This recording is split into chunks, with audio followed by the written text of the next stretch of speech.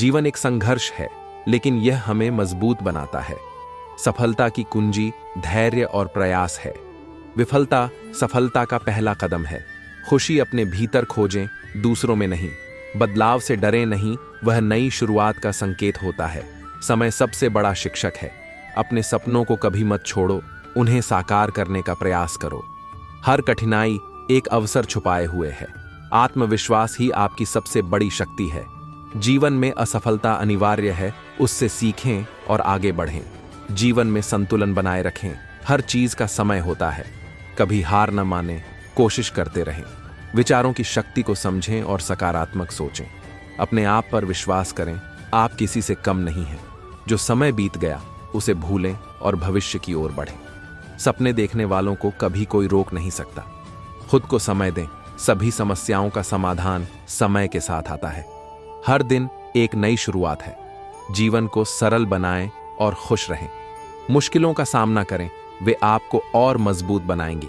संघर्ष में ही इंसान के असली ताकत का पता चलता है। मुश्किलों से मत घबराओ, क्योंकि तारे अंधेरे में ही चमकते हैं। हर कठिनाई एक अवसर है जो हमें मजबूत बनाता है। हार मत मानो, क्योंकि असली जीत संघर्ष के बाद ही मिलती है। जो मेहनत का रास्ता अपनाता है वही सफलता के शिखर तक पहुंचता है।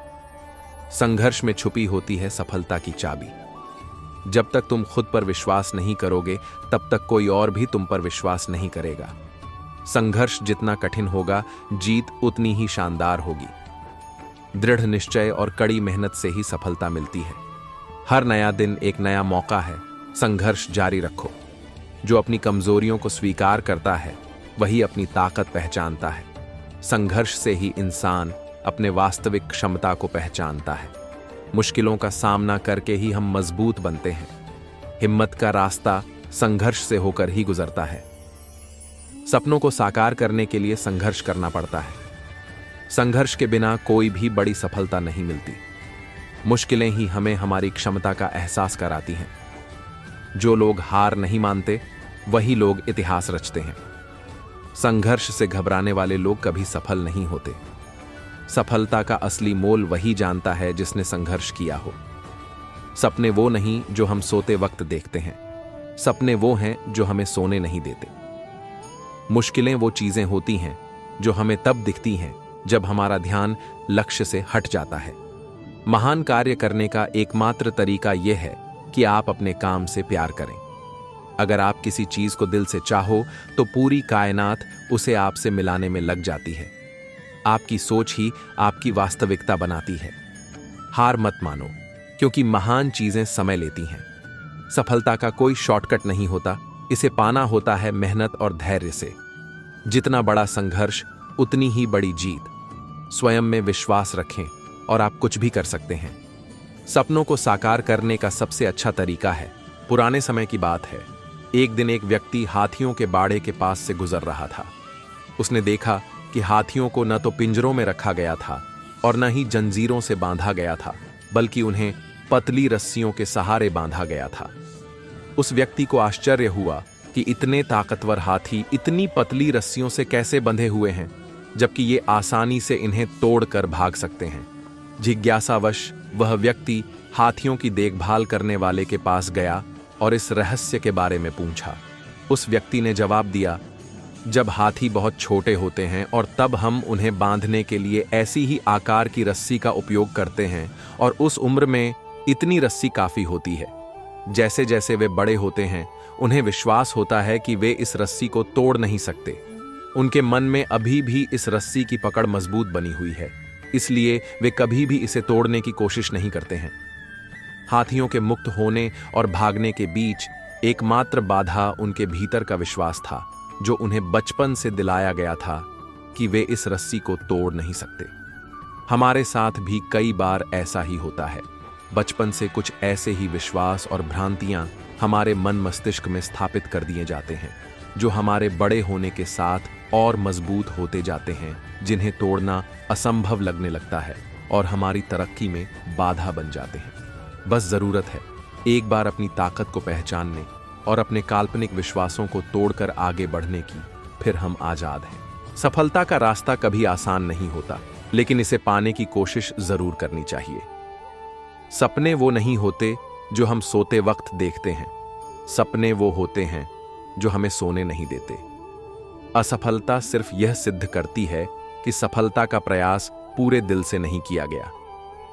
कठिनाइयों से डरकर अपने लक्ष्य को छोड़ना नहीं चाहिए, संघर्ष से ही सफलता मिलती है। परिश्रम का कोई विकल्प नहीं होता, मेहनत का फल हमेशा मीठा होता है। ज्ञान का असली उद्देश्य ज्ञान प्राप्त करना नहीं, बल्कि उसे लागू करना है। हर दिन एक नई शुरुआत होती है। आज का दिन आपका सबसे अच्छा दिन हो सकता है। खुद पर विश्वास रखें, आप वह सब कुछ कर सकते हैं जो आप सोचते हैं। प्रगति का रास्ता हमेशा कठिन होता है, लेकिन एक दिन वही कठिनाई आपकी ताकत बन जाती है। अपने लक्ष्य की तरफ एक कदम भी बढ़ाना बड़ी बात होती है। एक दिन यह कदम आपको मंजिल तक ले जाएगा।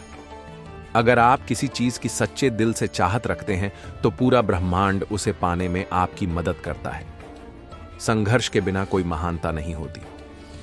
समय का सही उपयोग सफलता की कुंजी है। लक्ष्य तय करने वाले हमेशा अपनी मंजिल पाते हैं। सपनों को साकार करने के लिए समर्पण और दृढ़ता चाहिए। असफलता ही सफलता की पहली सीढ़ी है। सफल वही होता है जो खुद पर विश्वास करता है। जीवन में चुनौतियों का सामना करना ही सफलता का असली रास्ता है। हर कठिनाई में एक अवसर छिपा होता है। सफलता की राह में धैर्य और परिश्रम ही आपके सबसे बड़े साथी हैं। सपने वो नहीं जो हम सोते वक्त देखते हैं, सपने वो हैं जो हमें सोने नहीं देते। हार मानने से बेहतर है कोशिश करते रहना। जीतने वाले कुछ अलग काम नहीं करते, वो हर काम को अलग तरीके से करते हैं। सफलता की कहानियां कभी मत पढ़ो, उससे आपको सिर्फ एक संदेश मिलेगा। असफलता की कहानियां पढ़ो, उससे आपको सफलता पाने के रास्ते मिलेंगे। जो लोग कुछ नहीं करते, समय उनका इंतजार नहीं करता। सपने देखने वालों के लिए रात छोटी होती है, लेकिन मेहनत करने वालों के लिए दिन बड़ा होता है। सफलता का एक ही मंत्र है, कड़ी मेहनत और दृढ़ संकल्प। आपके पास हर चीज हो सकती है, लेकिन अगर आपके पास हौसला नहीं है तो आप कुछ भी नहीं कर सकते। मुश्किलें वो चीजें हैं जो हमें मजबूत बनाती हैं। जीवन में सफल होने के लिए आपको दो चीजें चाहिए, अनभिज्ञता और आत्मविश्वास। सपनों की कोई एक्सपायरी डेट नहीं होती, उन्हें जीते रहो। कभी हार मत मानो, क्योंकि महान चीजें समय लेती हैं। सफलता का रास्ता हमेशा बनता है अगर आप चलते रहते हैं। सपनों की ओर बढ़ने का सबसे अच्छा तरीका है जागना और काम करना।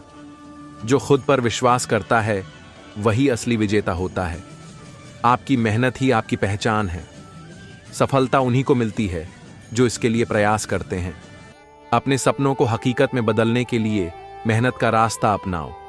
असफलता केवल एक अवसर है दोबारा शुरू करने के लिए। जब तक आप रुकते नहीं, तब तक आपकी सफलता निश्चित है। बहुत समय पहले की बात है, एक गांव में एक गुरुकुल था, जहां आने को विद्यार्थी पढ़ाई किया करते हैं। उसी गुरुकुल में एक भरद्वाज नाम का लड़का था, जो पढ़ने में काफी कमजोर है। उसे कुछ भी समझ में नहीं आता था, जिसके कारण उसके सहपाठी हमेशा उसका मजाक उड़ाया करते थे। एक दिन गुरुकुल के गुरुजी ने सभी विद्यार्थियों की परीक्षा लेने के लिए उन्हें अगले दिन एक पाठ याद करके आने को कहा। अगले दिन सभी विद्यार्थी वह पाठ याद करके आते हैं और गुरु को सुनाते हैं, परंतु जब भारद्वाज की बारी आती है तब वह एक शब्द भी अपने पाठ का गुरुजी को नहीं सुना पाता है, जिसके कारण गुरुजी उसे खूब डांट लगाते हैं और उसे अगले दिन तक की मोहलत देते हैं। अगले दिन भारद्वाज गुरुकुल पहुंचता है और गुरुजी फिर उसे वही पाठ सुनाने को कहते हैं, लेकिन आज फिर भारद्वाज अपना पूरा पाठ गुरुजी को नहीं सुना पाता है, जिसके कारण गुरुजी फिर उसे आज खूब जोरदार डांट लगाते हैं। गुरुजी के दांत लगाने के बाद भारद्वाज के सहपाठी मित्र भी भारद्वाज को बेवकूफ, बेअकल और मूर्ख कहकर उसे चिढ़ाने लगते हैं, जिसके कारण वह छोटा बालक भारद्वाज थोड़ी देर बाद जयपुर से भाग निकलता है और यह निर्णय कर लेता है कि वह अब गुरुकुल में और नहीं पढ़ेगा और अपने घर चला जाएगा। गुरुकुल से भागने के बाद उसे रास्ते में भूख लगती है और वह अपने पास मौजूद थोड़ी सी सत्तू को खाने लगता है। सत्तू खाने के बाद वह पानी पीने के लिए पास के एक कुएं के पास जाता है और वहां कुएं पर रखी रस्सी में बंधी पानी की बाल्टी से कुएं के पानी को खींचकर अपनी प्यास बुझाता है। पानी पीने के बाद भारद्वाज देखता है कि बार बार रस्सी के खींचने से कुएं के पत्थरों पर निशान पड़ गए हैं। तब भारद्वाज को अपने गुरुकुल की बात याद आती है और वह सोचता है कि बार बार खींचने से अगर इस कोमल रस्सी से पत्थर पर निशान पड़ सकते हैं तो क्या मैं बार बार प्रयत्न करके अपना पाठ याद नहीं कर सकता। इसके बाद भारद्वाज अपने घर जाने का विचार छोड़ देता है और पुनः अपने गुरुकुल लौट जाता है। गुरुकुल पहुंचने के बाद भारद्वाज अत्यंत मन लगाकर बार बार प्रयत्न करें, अपने पास तो याद करता है और अंत में उसे कंठस्थ कर लेता है और बाद में अपने गुरुकुल की परीक्षा में सबसे अधिक अंकों से उत्तीर्ण होता है। कहानी से सीख। दोस्तों, यह कहानी हमें बार बार प्रयत्न करने और जिंदगी में कभी भी हार ना मानने की प्रेरणा देती। दोस्तों, जिस प्रकार रस्सी से बार बार प्रहार से कठोर पत्थर भी कट जाते हैं, ठीक उसी प्रकार अगर हम बार बार प्रयत्न करें किसी भी लक्ष्य को पा सकते हैं। किसी गांव में एक ईमानदार और मेहनती किसान रहता था। उसका नाम रामू था। रामू खेतीबाड़ी करके अपना और अपने परिवार का पेट पालता था। उसकी दिनचर्या बहुत ही साधारण थी, लेकिन वह अपनी मेहनत से खुश था। एक बार गर्मी के मौसम में उसकी फसल को पानी की बहुत जरूरत पड़ी। रामू के पास खुद का कुआं नहीं था, इसलिए वह गांव के ही एक धनी व्यक्ति के पास गया, जिसका नाम श्यामलाल था। श्यामलाल गांव का सबसे धनी व्यक्ति था। उसके पास कई खेत, बाग बगीचे और कुएं थे। वह बहुत चालाक और स्वार्थी था। रामू ने श्यामलाल से कहा, श्यामलाल जी, मेरे खेतों को पानी की बहुत जरूरत है। क्या आप मुझे अपने कुएं से पानी लेने की अनुमति देंगे? मैं आपको इसके लिए उचित किराया भी देने को तैयार हूं। श्यामलाल ने सोचा कि यह अच्छा मौका है रामू से कुछ पैसे कमाने का। उसने कहा, ठीक है रामू, मैं तुम्हें अपना एक कुआं बेच दूंगा, लेकिन इसकी कीमत तुम्हें तुरंत चुकानी होगी। रामू ने सोचा कि अगर कुआं खरीद लिया जाए तो भविष्य में भी उसकी फसल को पानी मिलता रहेगा। उसने अपनी सारी जमा पूंजी इकट्ठा की और श्यामलाल को दे दी। श्यामलाल ने एक पुराने कुएं को रामू के नाम कर दिया और रामू खुशी खुशी अपने खेत की ओर चल दिया। अगले दिन जब रामू अपने खेत को पानी देने गया तो उसने देखा कि कुएं के पास श्यामलाल खड़ा है। श्यामलाल ने हंसते हुए कहा, रामू, तुम इस कुएं का पानी नहीं ले सकते। मैंने तुम्हें सिर्फ कुआं बेचा है, पानी नहीं। रामू यह सुनकर स्तब्ध रह गया। उसने कहा, लेकिन श्यामलाल जी, पानी के बिना कुआं किस काम का?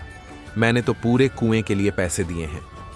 श्यामलाल ने चालाकी से कहा, मैंने तुम्हें केवल कुआं बेचा है, पानी नहीं।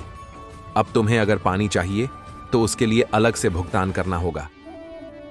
रामू बहुत परेशान हो गया और उसने गांव के सरपंच के पास जाने का निश्चय किया। सरपंच एक न्यायप्रिय व्यक्ति थे। रामू ने उन्हें पूरी घटना सुनाई। सरपंच ने श्यामलाल को बुलाकर पूछा, श्यामलाल, क्या तुमने रामू को कुआं बेचा है? श्यामलाल ने कहा, हां, मैंने कुआं बेचा है, लेकिन पानी नहीं। सरपंच ने कुछ देर सोचा और फिर मुस्कुराते हुए बोले, श्यामलाल, तुमने रामू को कुआं बेचा है और पानी उसमें तुम्हारा है, यह बात तो ठीक है, लेकिन चूंकि कुआं अब रामू का है, इसलिए तुम्हें अपना पानी तुरंत इस कुएं से बाहर निकालना होगा। अगर तुमने ऐसा नहीं किया तो रामू को तुमसे किराया लेने का अधिकार है, क्योंकि तुमने उसका कुआं अपने पानी से भर रखा है। श्यामलाल यह सुनकर हैरान रह गया। वह समझ गया कि उसकी चालाकी उल्टी पड़ गई है। उसने तुरंत सरपंच और रामू से माफी मांगी और कहा, मुझे मेरी गलती का एहसास हो गया है। रामू, तुम इस कुएं का पानी बिना किसी अतिरिक्त भुगतान के इस्तेमाल कर सकते हो। रामू ने सरपंच का धन्यवाद किया और अपने खेतों को पानी देने लगा। इस घटना से श्यामलाल को भी एक बड़ी सीख मिली कि ईमानदारी और न्याय की हमेशा जीत होती है। उसने अपनी गलतियों को सुधारा और गांव वालों के साथ अच्छे संबंध बनाए रखने की कोशिश की।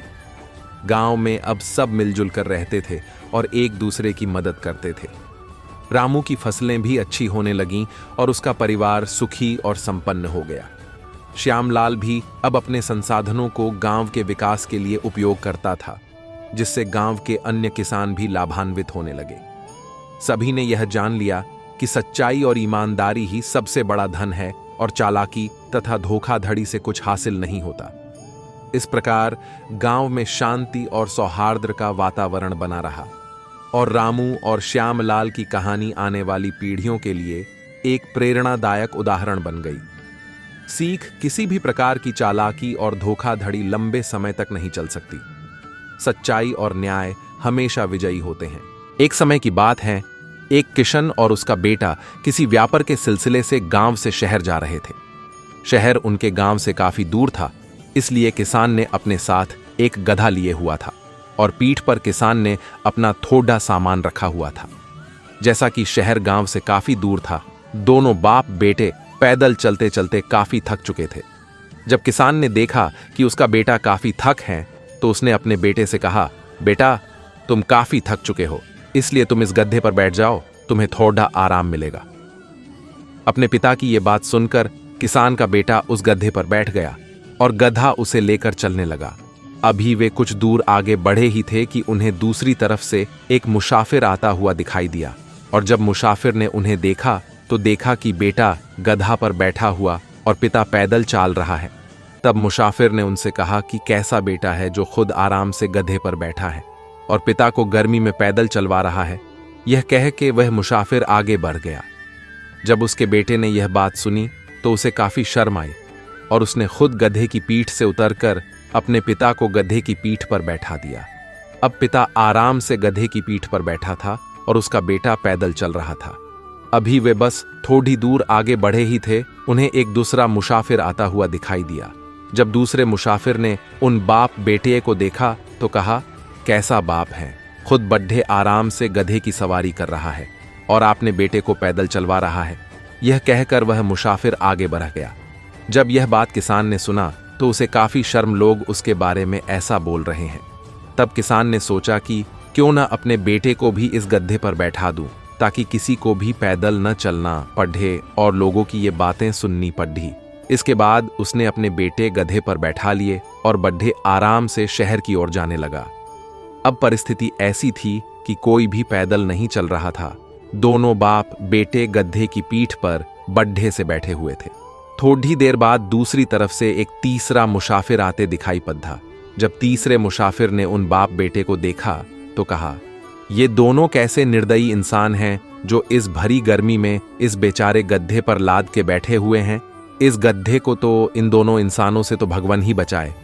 यह कहकर वह मुसाफिर भी चलता बना। जब यह बात उन बाप बेटे ने सुनी तो उन्हें काफी शर्म आई और वो दोनों उस गड्ढे पर से नीचे उतरकर पैदल ही चलने लगे।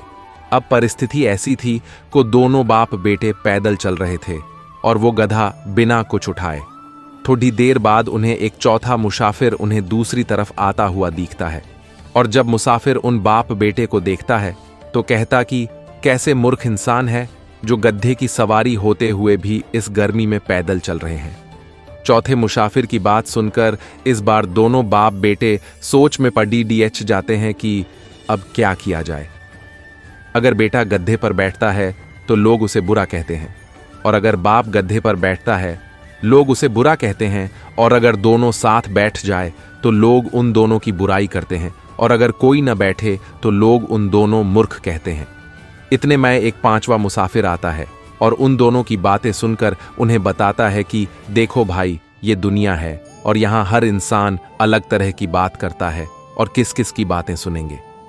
अगर आप अच्छा काम भी काम करते हैं तो हो सके वह किसी को बुरा लगे, और अगर खराब काम भी करते तो हो सके वो किसी को अच्छा लगे। दुनिया में करोड़ों इंसान है और करोड़ों किस्म की बातें हैं, आप किस किस को सुनेंगे। सही यह है कि इन बातों से बचा जाए और अपने दिल और दिमाग की बात सुनी जाए। पांचवें मुसाफिर की यह बात सुनकर किसान और उसका बेटा समझ गए कि हम जो कुछ भी करें दुनिया के लोग उसमें कमी और दोष निकलते रहेंगे। इसलिए वो दोनों उस गड्ढे को वहीं छोड़ पैदल ही शहर की निकाल पड़े। कहानी से सीख। दोस्तों, इस कहानी से हमें यह सीख मिलती है कि हम कुछ भी करें, दूसरे लोग अपनी दुनिया भर की बातों से हमें गलत साबित करने में लगे ही रहेंगे, पर जरूरत है इन बातों से बचकर अपने दिल और दिमाग की बात सुन सही रास्ते पर आगे बढ़ते रहना। एक बार दो आदमी एक मंदिर के पास बैठे गपशप कर रहे थे। वहां अंधेरा छा रहा था और बादल मंडरा रहे थे। थोड़ी देर में वहां एक आदमी आया और वो भी उन दोनों के साथ बैठकर गपशप करने लगा। कुछ देर बाद वो आदमी बोला, उसे बहुत भूख लग रही है। उन दोनों को भी भूख लगने लगी थी। पहला आदमी बोला, मेरे पास 3 रोटी हैं। दूसरा बोला, मेरे पास 5 रोटी हैं। हम तीनों मिल बांट कर खा लेते हैं। उसके बाद सवाल आया कि 8, 3 + 5 रोटी 3 आदमियों में कैसे बांट पाएंगे। पहले आदमी ने राय दी कि ऐसा करते हैं कि हर रोटी के 3 टुकड़े करते हैं, अर्थात 8 रोटी के 24 टुकड़े 8 × 3 = 24 हो जाएंगे और हम तीनों में 8 टुकड़े बराबर बराबर बंट जाएंगे। तीनों को उसकी राय अच्छी लगी और 8 रोटी के 24 टुकड़े करके प्रत्येक ने 8 से 8 रोटी के टुकड़े खाकर भूख शांत की और फिर बारिश के कारण मंदिर के प्रांगण में ही सो गए। सुबह उठने पर तीसरे आदमी ने उनके उपकार के लिए दोनों को धन्यवाद दिया और प्रेम से 8 रोटी के टुकड़ों के बदले दोनों को उपहार स्वरूप 8 सोने की गिन्नी देकर अपने घर की ओर चला गया। उसके जाने के बाद दूसरे आदमी ने पहले आदमी से कहा, हम दोनों 4 गिन्नी बांट लेते हैं। पहला आदमी बोला, नहीं, मेरी 3 रोटी थी और तुम्हारी 5 रोटी थी, अतः मैं 3 गिन्नी लूंगा, तुम्हें 5 गिन्नी रखनी होगी। इस पर दोनों में बहस होने लगी। इसके बाद वे दोनों समाधान के लिए मंदिर के पुजारी के पास गए और उन्हें समस्या बताई तथा समाधान के लिए प्रार्थना की। पुजारी भी असमंजस में पड़ गया। दोनों दूसरे को ज्यादा देने के लिए लड़ रहे हैं। पुजारी ने कहा, तुम लोग ये 8 गिन्नियां मेरे पास छोड़ जाओ और मुझे सोचने का समय दो, मैं कल सवेरे जवाब दे पाऊंगा। पुजारी को दिल में वैसे तो दूसरे आदमी की 3 से 5 की बात ठीक लग रही थी, पर फिर भी वह गहराई से सोचते सोचते गहरी नींद में सो गया। कुछ देर बाद उसके सपने में भगवान प्रकट हुए तो पुजारी ने सब बातें बताईं और न्यायिक मार्गदर्शन के लिए प्रार्थना की और बताया कि मेरे ख्याल से 3 से 5 बंटवारा ही उचित लगता है। भगवान मुस्कुराकर बोले, नहीं, पहले आदमी को 1 गिन्नी मिलनी चाहिए और दूसरे आदमी को 7 गिन्नी मिलनी चाहिए। भगवान की बात सुनकर पुजारी अचंभित हो गया और अचरज से पूछा, प्रभु, ऐसा कैसे? भगवान फिर एक बार मुस्कुराए और बोले, इसमें कोई शंका नहीं कि पहले आदमी ने अपनी 3 रोटी के 9 टुकड़े किए, परंतु उन 9 में से उसने सिर्फ 1 बांटा और 8 टुकड़े स्वयं खाया, अर्थात उसका त्याग सिर्फ 1 रोटी के टुकड़े का था, इसलिए वो सिर्फ 1 गिन्नी का ही हकदार है। दूसरे आदमी ने अपनी 5 रोटी के 15 टुकड़े किए, जिसमें से 8 टुकड़े उसने स्वयं खाए और 7 टुकड़े उसने बांट दिए, इसलिए वो न्यायानुसार 7 गिन्नी का हकदार है। यही मेरा गणित है और यही मेरा न्याय है। ईश्वर की न्याय का सटीक विश्लेषण सुनकर पुजारी नतमस्तक हो गया। इस कहानी का सार यही है कि हमारी वस्तुस्थिति को देखने की, समझने की दृष्टि और ईश्वर का दृष्टिकोण एकदम भिन्न है। हम ईश्वरीय न्याय लीला को जानने समझने में सर्वथा अज्ञानी हैं। हम अपने त्याग का गुणगान करते हैं, परंतु ईश्वर हमारे त्याग की तुलना हमारे सामर्थ्य एवं भोग तौर कर यथोचित निर्णय करते हैं। यह महत्वपूर्ण नहीं है कि हम कितने धन संपन्न हैं, महत्वपूर्ण यही है कि हमारे सेवाभाव कार्य में त्याग कितना है। एक दिन एक लड़यचकी ने अपने पापा से कहा कि चलो पापा, आज हम कहीं घूमने जाते हैं। पापा ने अपनी बेटी की बात मान ली और दोनों साथ में निकले। बेटी ने पापा के कहा कि पापा, इस बार मैं कार चलाऊंगी। पापा ने कहा, अच्छा ठीक है बेटा, तू चला लेना। बाप बेटी दोनों निकल पड़े। बीच रास्ते में एक भयंकर तूफान आया और लड़की ने अपने पिता से पूछा, पापा, अब हम क्या करें? पिता ने अपनी बेटी को जवाब दिया, बेटा, तुम कार चलाती रहो। तूफान में कार चलाना बहुत ही मुश्किल हो रहा था और तूफान भयंकर होता जा रहा था। लड़की ने फिर अपने पापा से पूछा, अब मैं क्या करूं? उसके पिता ने उसे फिर से वही जवाब दिया, बेटा, कार चलाते रहो। थोड़ा आगे जाने पर लड़की ने देखा कि रास्ते में बहुत सारे वाहन तूफान की वजह से रुके हुए थे। दूसरों के वाहन रुके हुए देखकर लड़की ने फिर अपने पापा से पूछा, क्या मुझे भी अपनी कार रोक देनी चाहिए? उसने ये भी कहा कि पापा, मैं बड़ी मुश्किल से देख पा रही हूं। उसके पिता ने उसे फिर से कहा, बेटा, कार रोकना नहीं, बस धीरे धीरे चलाते रहो। अब तो उस तूफान ने बहुत ही भयंकर रूप धारण कर लिया था, किंतु लड़की अपने पापा की सुनी और कार चलाना नहीं रोका। अचानक ही उसने देखा कि अब थोड़ा साफ दिखने लगा है। कुछ किलोमीटर आगे जाने के बाद लड़की ने देखा कि कि तूफान अब थम गया और सूर्य भी निकल आया है। उस लड़ढकी के पिता ने अब उसे कहा कि तुम अब चाहो तो बाहर आ सकती हो। लड़ढकी ने पूछा, पापा पर अब क्यों? पिता ने उसे कहा कि जब तुम बाहर आओगी तो देखोगी कि जो राह में रुक गए थे वे सब अभी भी तूफान में फंसे हुए हैं। तुमने कार चलाने के प्रयत्न को नहीं छोड़ा, इसलिए तुम इस तूफान से बाहर हो। बुरा समय सभी की जिंदगी में आता है। बुरे समय में मजबूत से मजबूत इंसान भी प्रयास छोड़ देते हैं। उस बुरे समय में हमें प्रयास कभी भी छोड़ना नहीं चाहिए। प्रयास करते रहने से जिंदगी में कठिन से कठिन समय गुजर जाएगा और अच्छा समय जल्द से जल्द आएगा। हमें निराश नहीं होकर डटे रहना चाहिए। एक शाम माँ ने दिन भर की लंबी थकान एवं काम के बाद जब डिनर बनाया तो उन्होंने पापा के सामने एक प्लेट सब्जी और एक जली हुई रोटी परोसी। मुझे लग रहा था कि इस जली हुई रोटी पर कोई कुछ कहेगा, परंतु पापा ने उस रोटी को आराम से खा लिया। परंतु मैंने माँ को पापा से उस जली रोटी के लिए साइनरी बोलते हुए जरूर सुना था, और मैं ये कभी नहीं भूल सकता जो पापा ने कहा, प्रिय, मुझे जली हुई कड़क रोटी बेहद पसंद है। देर रात को मैंने पापा से पूछा, क्या उन्हें सचमुच जली रोटी पसंद है? उन्होंने मुझे अपनी बाहों में लेते हुए कहा, तुम्हारी माँ ने आज दिन भर ढेर सारा काम किया और वो सचमुच बहुत थकी हुई थी, और वैसे भी एक जली रोटी किसी को ठेस नहीं पहुंचाती, परंतु कठोर कटु शब्द जरूर पहुंचाते हैं।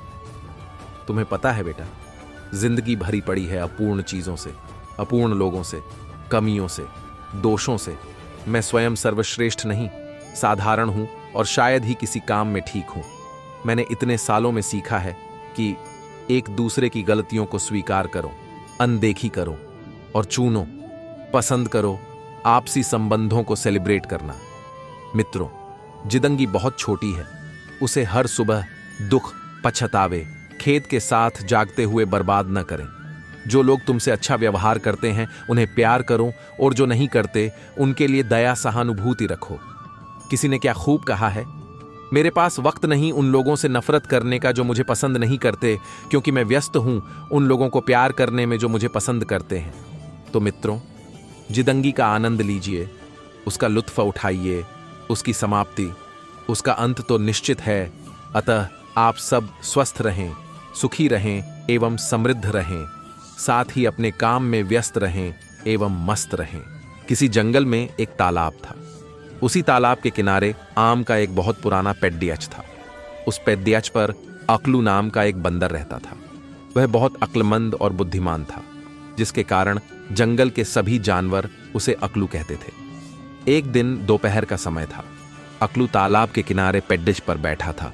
इसी बीच एक भैंस आई और वह तालाब में घुसकर नहाने लगी। भैंस बहुत खुशी खुशी तालाब में लोटपोट करते हुए नहा रही थी, जिसे अकलू बड्डी देर से देखे जा रहा था।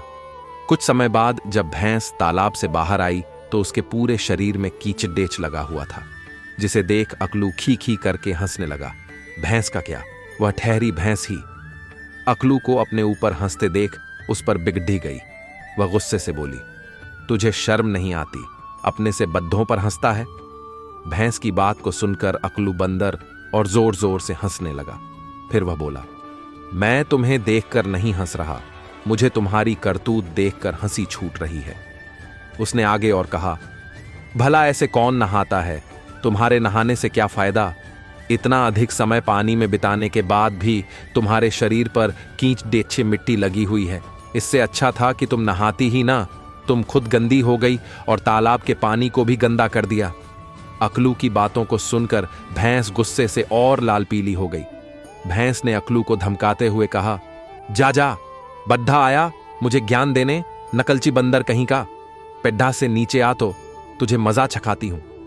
अकलू ने भी अपनी कड़क आवाज में भैंस से कहा, जाओ अपना काम करो, मुझे भाषण मत दो। बुद्धिहीन भैंस, बद्धी जरूर हो लेकिन तुम्हारा दिमाग उतना ही छोटा है। इतना कहकर अकलू गुलाटी मारकर जोर जोर से हंसने लगा। अकलू की बातों को सुनकर भैंस की भावना को ठेस पहुंचा। उसने बंदर को ललकारते हुए कहा, अगर तुम ज्यादा अक्लमंद हो तो नीचे आकर मुझसे बहस करो, तो देखते हैं कौन बड्ढा है। अकलू पेड़ से नीचे आ गया और दोनों में जोर जोर की आवाज में तू तू मैं होने लगी। देखते देखते जंगल के और सभी जानवर तालाब के किनारे इकट्ठा हो गए। सभी ने अपने अपने हिसाब से दोनों को समझाने की कोशिश की, लेकिन अकलू, बंदर और भैंस ने किसी की बात नहीं मानी। तभी वहां से जंगल के राजा शेर सिंह गुजर रहे थे। तालाब के किनारे भीड़ इकट्ठा देख सभी जानवरों से पूछा, क्या बात है, तुम लोग यहां क्यों इकट्ठा हुए हो? बंदर ने सारी कहानी सच सच राजा शेर सिंह को बता दी। राजा ने दोनों को अपना फैसला सुनाते हुए कहा, तुम दोनों में जो भी तालाब को बीच से पार करके दूसरे किनारे आ जाएगा वह अधिक बुद्धिमान और बद्धा माना जाएगा। राजा की बात सुनते ही अकलू बंदर के पैर तले जमीन खिसक गई, क्योंकि उसे तैरना नहीं आता था। जंगल के सभी जानवर शेर सिंह सहित तालाब के दूसरे किनारे पर पहुंच गए। इस पार सिर्फ भैंस और बंदर बचे थे। अब दोनों तालाब के उस पार से राजा शेर सिंह के इशारे का इंतजार कर रहे थे। बंदर को धीरे धीरे पसीने आने शुरू हो चुके थे। बार बार वह यही सोचे जा रहा था कि मैं तालाब कैसे पार करूंगा। तालाब के उस पार सभी जानवर बंदर और भैंस के बीच का तमाशा देखने के लिए उत्सुक बैठे थे। भैंस तालाब के किनारे तैयार खड़दी ही थी, जबकि बंदर को कुछ समझ नहीं आ रहा था। अब उसके दिल की धड़कन और तेज होती जा रही थी। उसने अपना दिमाग चलाया और झट से पेड्डा पर चढ़ गया। जैसे ही राजा शेर सिंह ने अपना इशारा किया, भैंस पानी में चली गई और तैरना शुरू कर दी। अकलू ने पेड्डाच की डाल से छलांग लगाकर भैंस की पीठ पर आकर बैठ गया। भैंस ने उसे अपनी पूंछ से कई बार गिराने की कोशिश की, लेकिन अकलू नहीं गिरा। भैंस ने सोचा, यह बंदर मेरी पीठ पर बैठा है, लेकिन मैं नदी के दूसरे किनारे सबसे पहले पैर रखूंगी, जिससे मैं ही जीतूंगी। भैंस तैरते तैरते नदी के किनारे पहुंचने वाली ही थी कि बंदर ने लंबी छलांग लगाई और नदी के किनारे आ गया, जबकि भैंस अभी धीरे धीरे ही आ रही थी। इस तरह से दोनों के किनारे पहुंचने पर राजा शेर सिंह ने अपना फैसला सुनाते हुए अकलू बंदर को बद्धा और अक्लमंद घोषित किया। उसी दिन से लोग कहने लगे कि अक्लबद्धी या भैंस। सुंदरपुर नाम का एक छोटा सा गांव था। उस गांव में लगभग 20 से 30 घर थे। वह गांव बहुत सुंदर था। सभी के पास खेत खलिहान और जानवर थे, जो उनके जीवन यापन करने का प्रमुख साधन थे। उसी गांव में हरिया नाम का एक दूध वाला व्यक्ति था, जिसके जीवन यापन करने का एकमात्र साधन गायों का दूध बेचना और उससे पैसे कमाना था। हरिया के पास छोटी बड़ी कुल मिलाकर 10 गाय थीं, जिसको वह प्रतिदिन जंगल के पास खुले खेतों में चराने ले जाता था। उसी जंगल के पास एक बहुत पुरानी गुफा थी, जिसे गांव वाले आदमखोर की गुफा के नाम से जानते थे। उस गुफा में कोई जाता नहीं था। अगर गलती से कोई चला गया तो वह उस गुफा से वापस नहीं आ पाता था। एक दिन हरिया अपने गायों को चराने ले गया था। शाम को वापस लौटते समय उसकी एक गाय घास चरते चरते आदमखोर की गुफा में पहुंच गई। वह गाय बहुत दूध देने वाली गायों में से एक गाय थी। अब हरिया क्या करे? उस गाय को बहुत खोजने के बाद उसके पैर के निशानों से समझ गया कि उसकी गाय उसी आदमखोर की गुफा में गई है। हरिया और सभी गायों को लेकर घर चला गया और घर जाकर मायूस होकर बैठ गया। उधर हरिया की गाय जब घास चरते चरते गुफा में पहुंची, तभी गुफा के अंदर से एक आदमखोर राक्षस निकला और गाय को देखकर बोला, आ जाओ, कई दिनों से मैं भूखा बैठा हूं।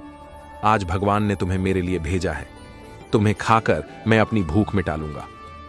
आदमखोर की बातें सुनकर गाय बहुत डर गई और जोर जोर से रोने लगी। लेकिन गाय बहुत साहसी थी। उसने सोचा, रोने से कुछ नहीं होने वाला है, यहां से निकलने के लिए कुछ तो करना पड़ेगा। गाय ने अपना दिमाग चलाया और बोला, आपका इतना बड़ा शरीर है, मुझे मारकर खाने से आपकी भूख नहीं मिटेगी। आप मुझे आज जाने दो।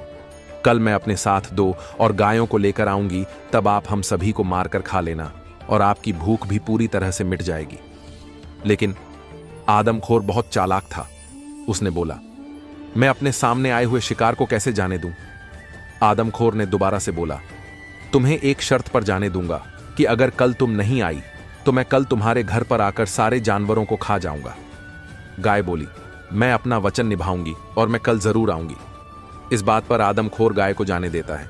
हरिया अपने पास गाय को आते देख बहुत खुश होता है, लेकिन गाय ने सोचा कि अगर हरिया को उस आदमखोर की सारी बातें बताएगी तो कल हरिया उसे आदमखोर के पास नहीं जाने देगा। पूरी रात गाय को नींद नहीं आई वह यही सोचती रही कि आदमखोर को अपना दिया हुआ वादा कैसे पूरा करूं।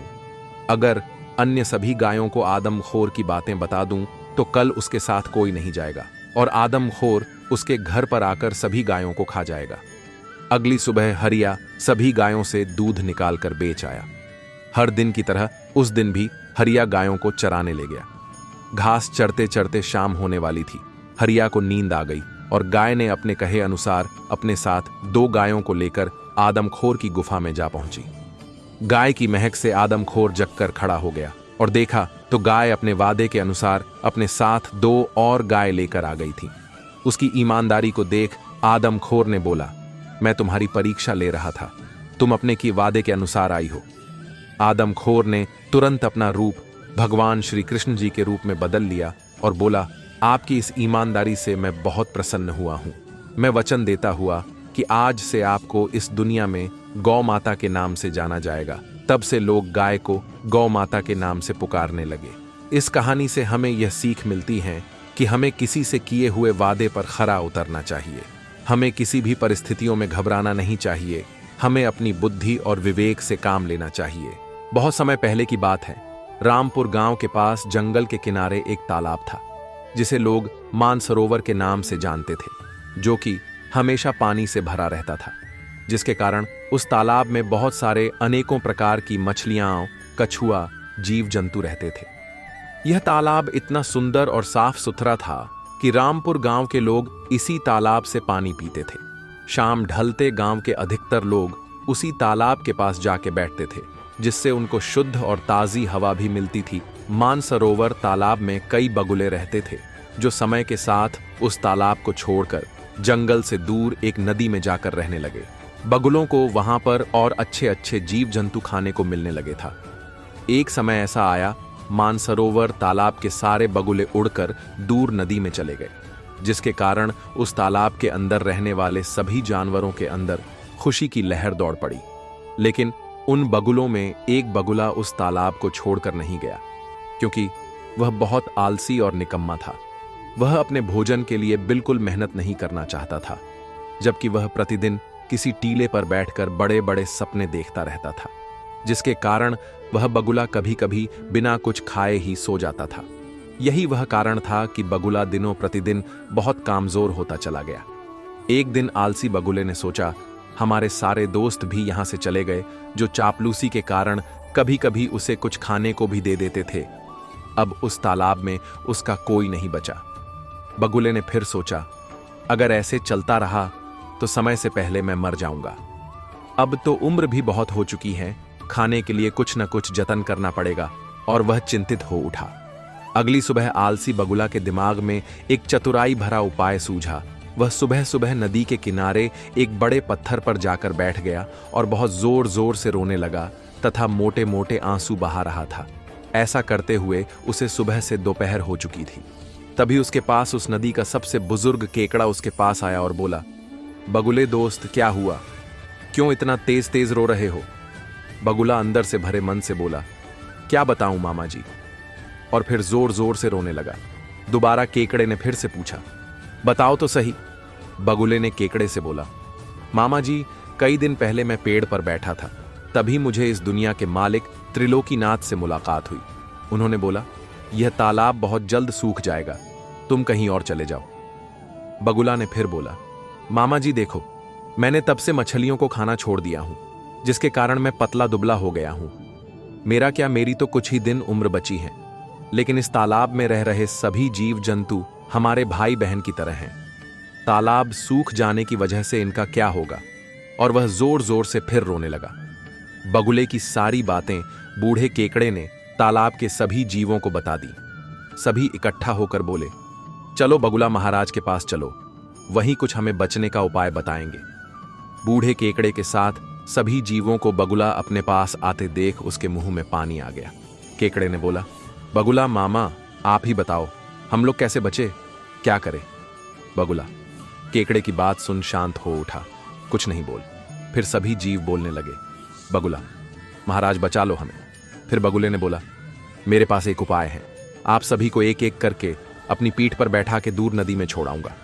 उसकी बात सुन सभी खुशी से झूम उठे और जोर जोर से बोलने लगे, बगुला महाराज की जय।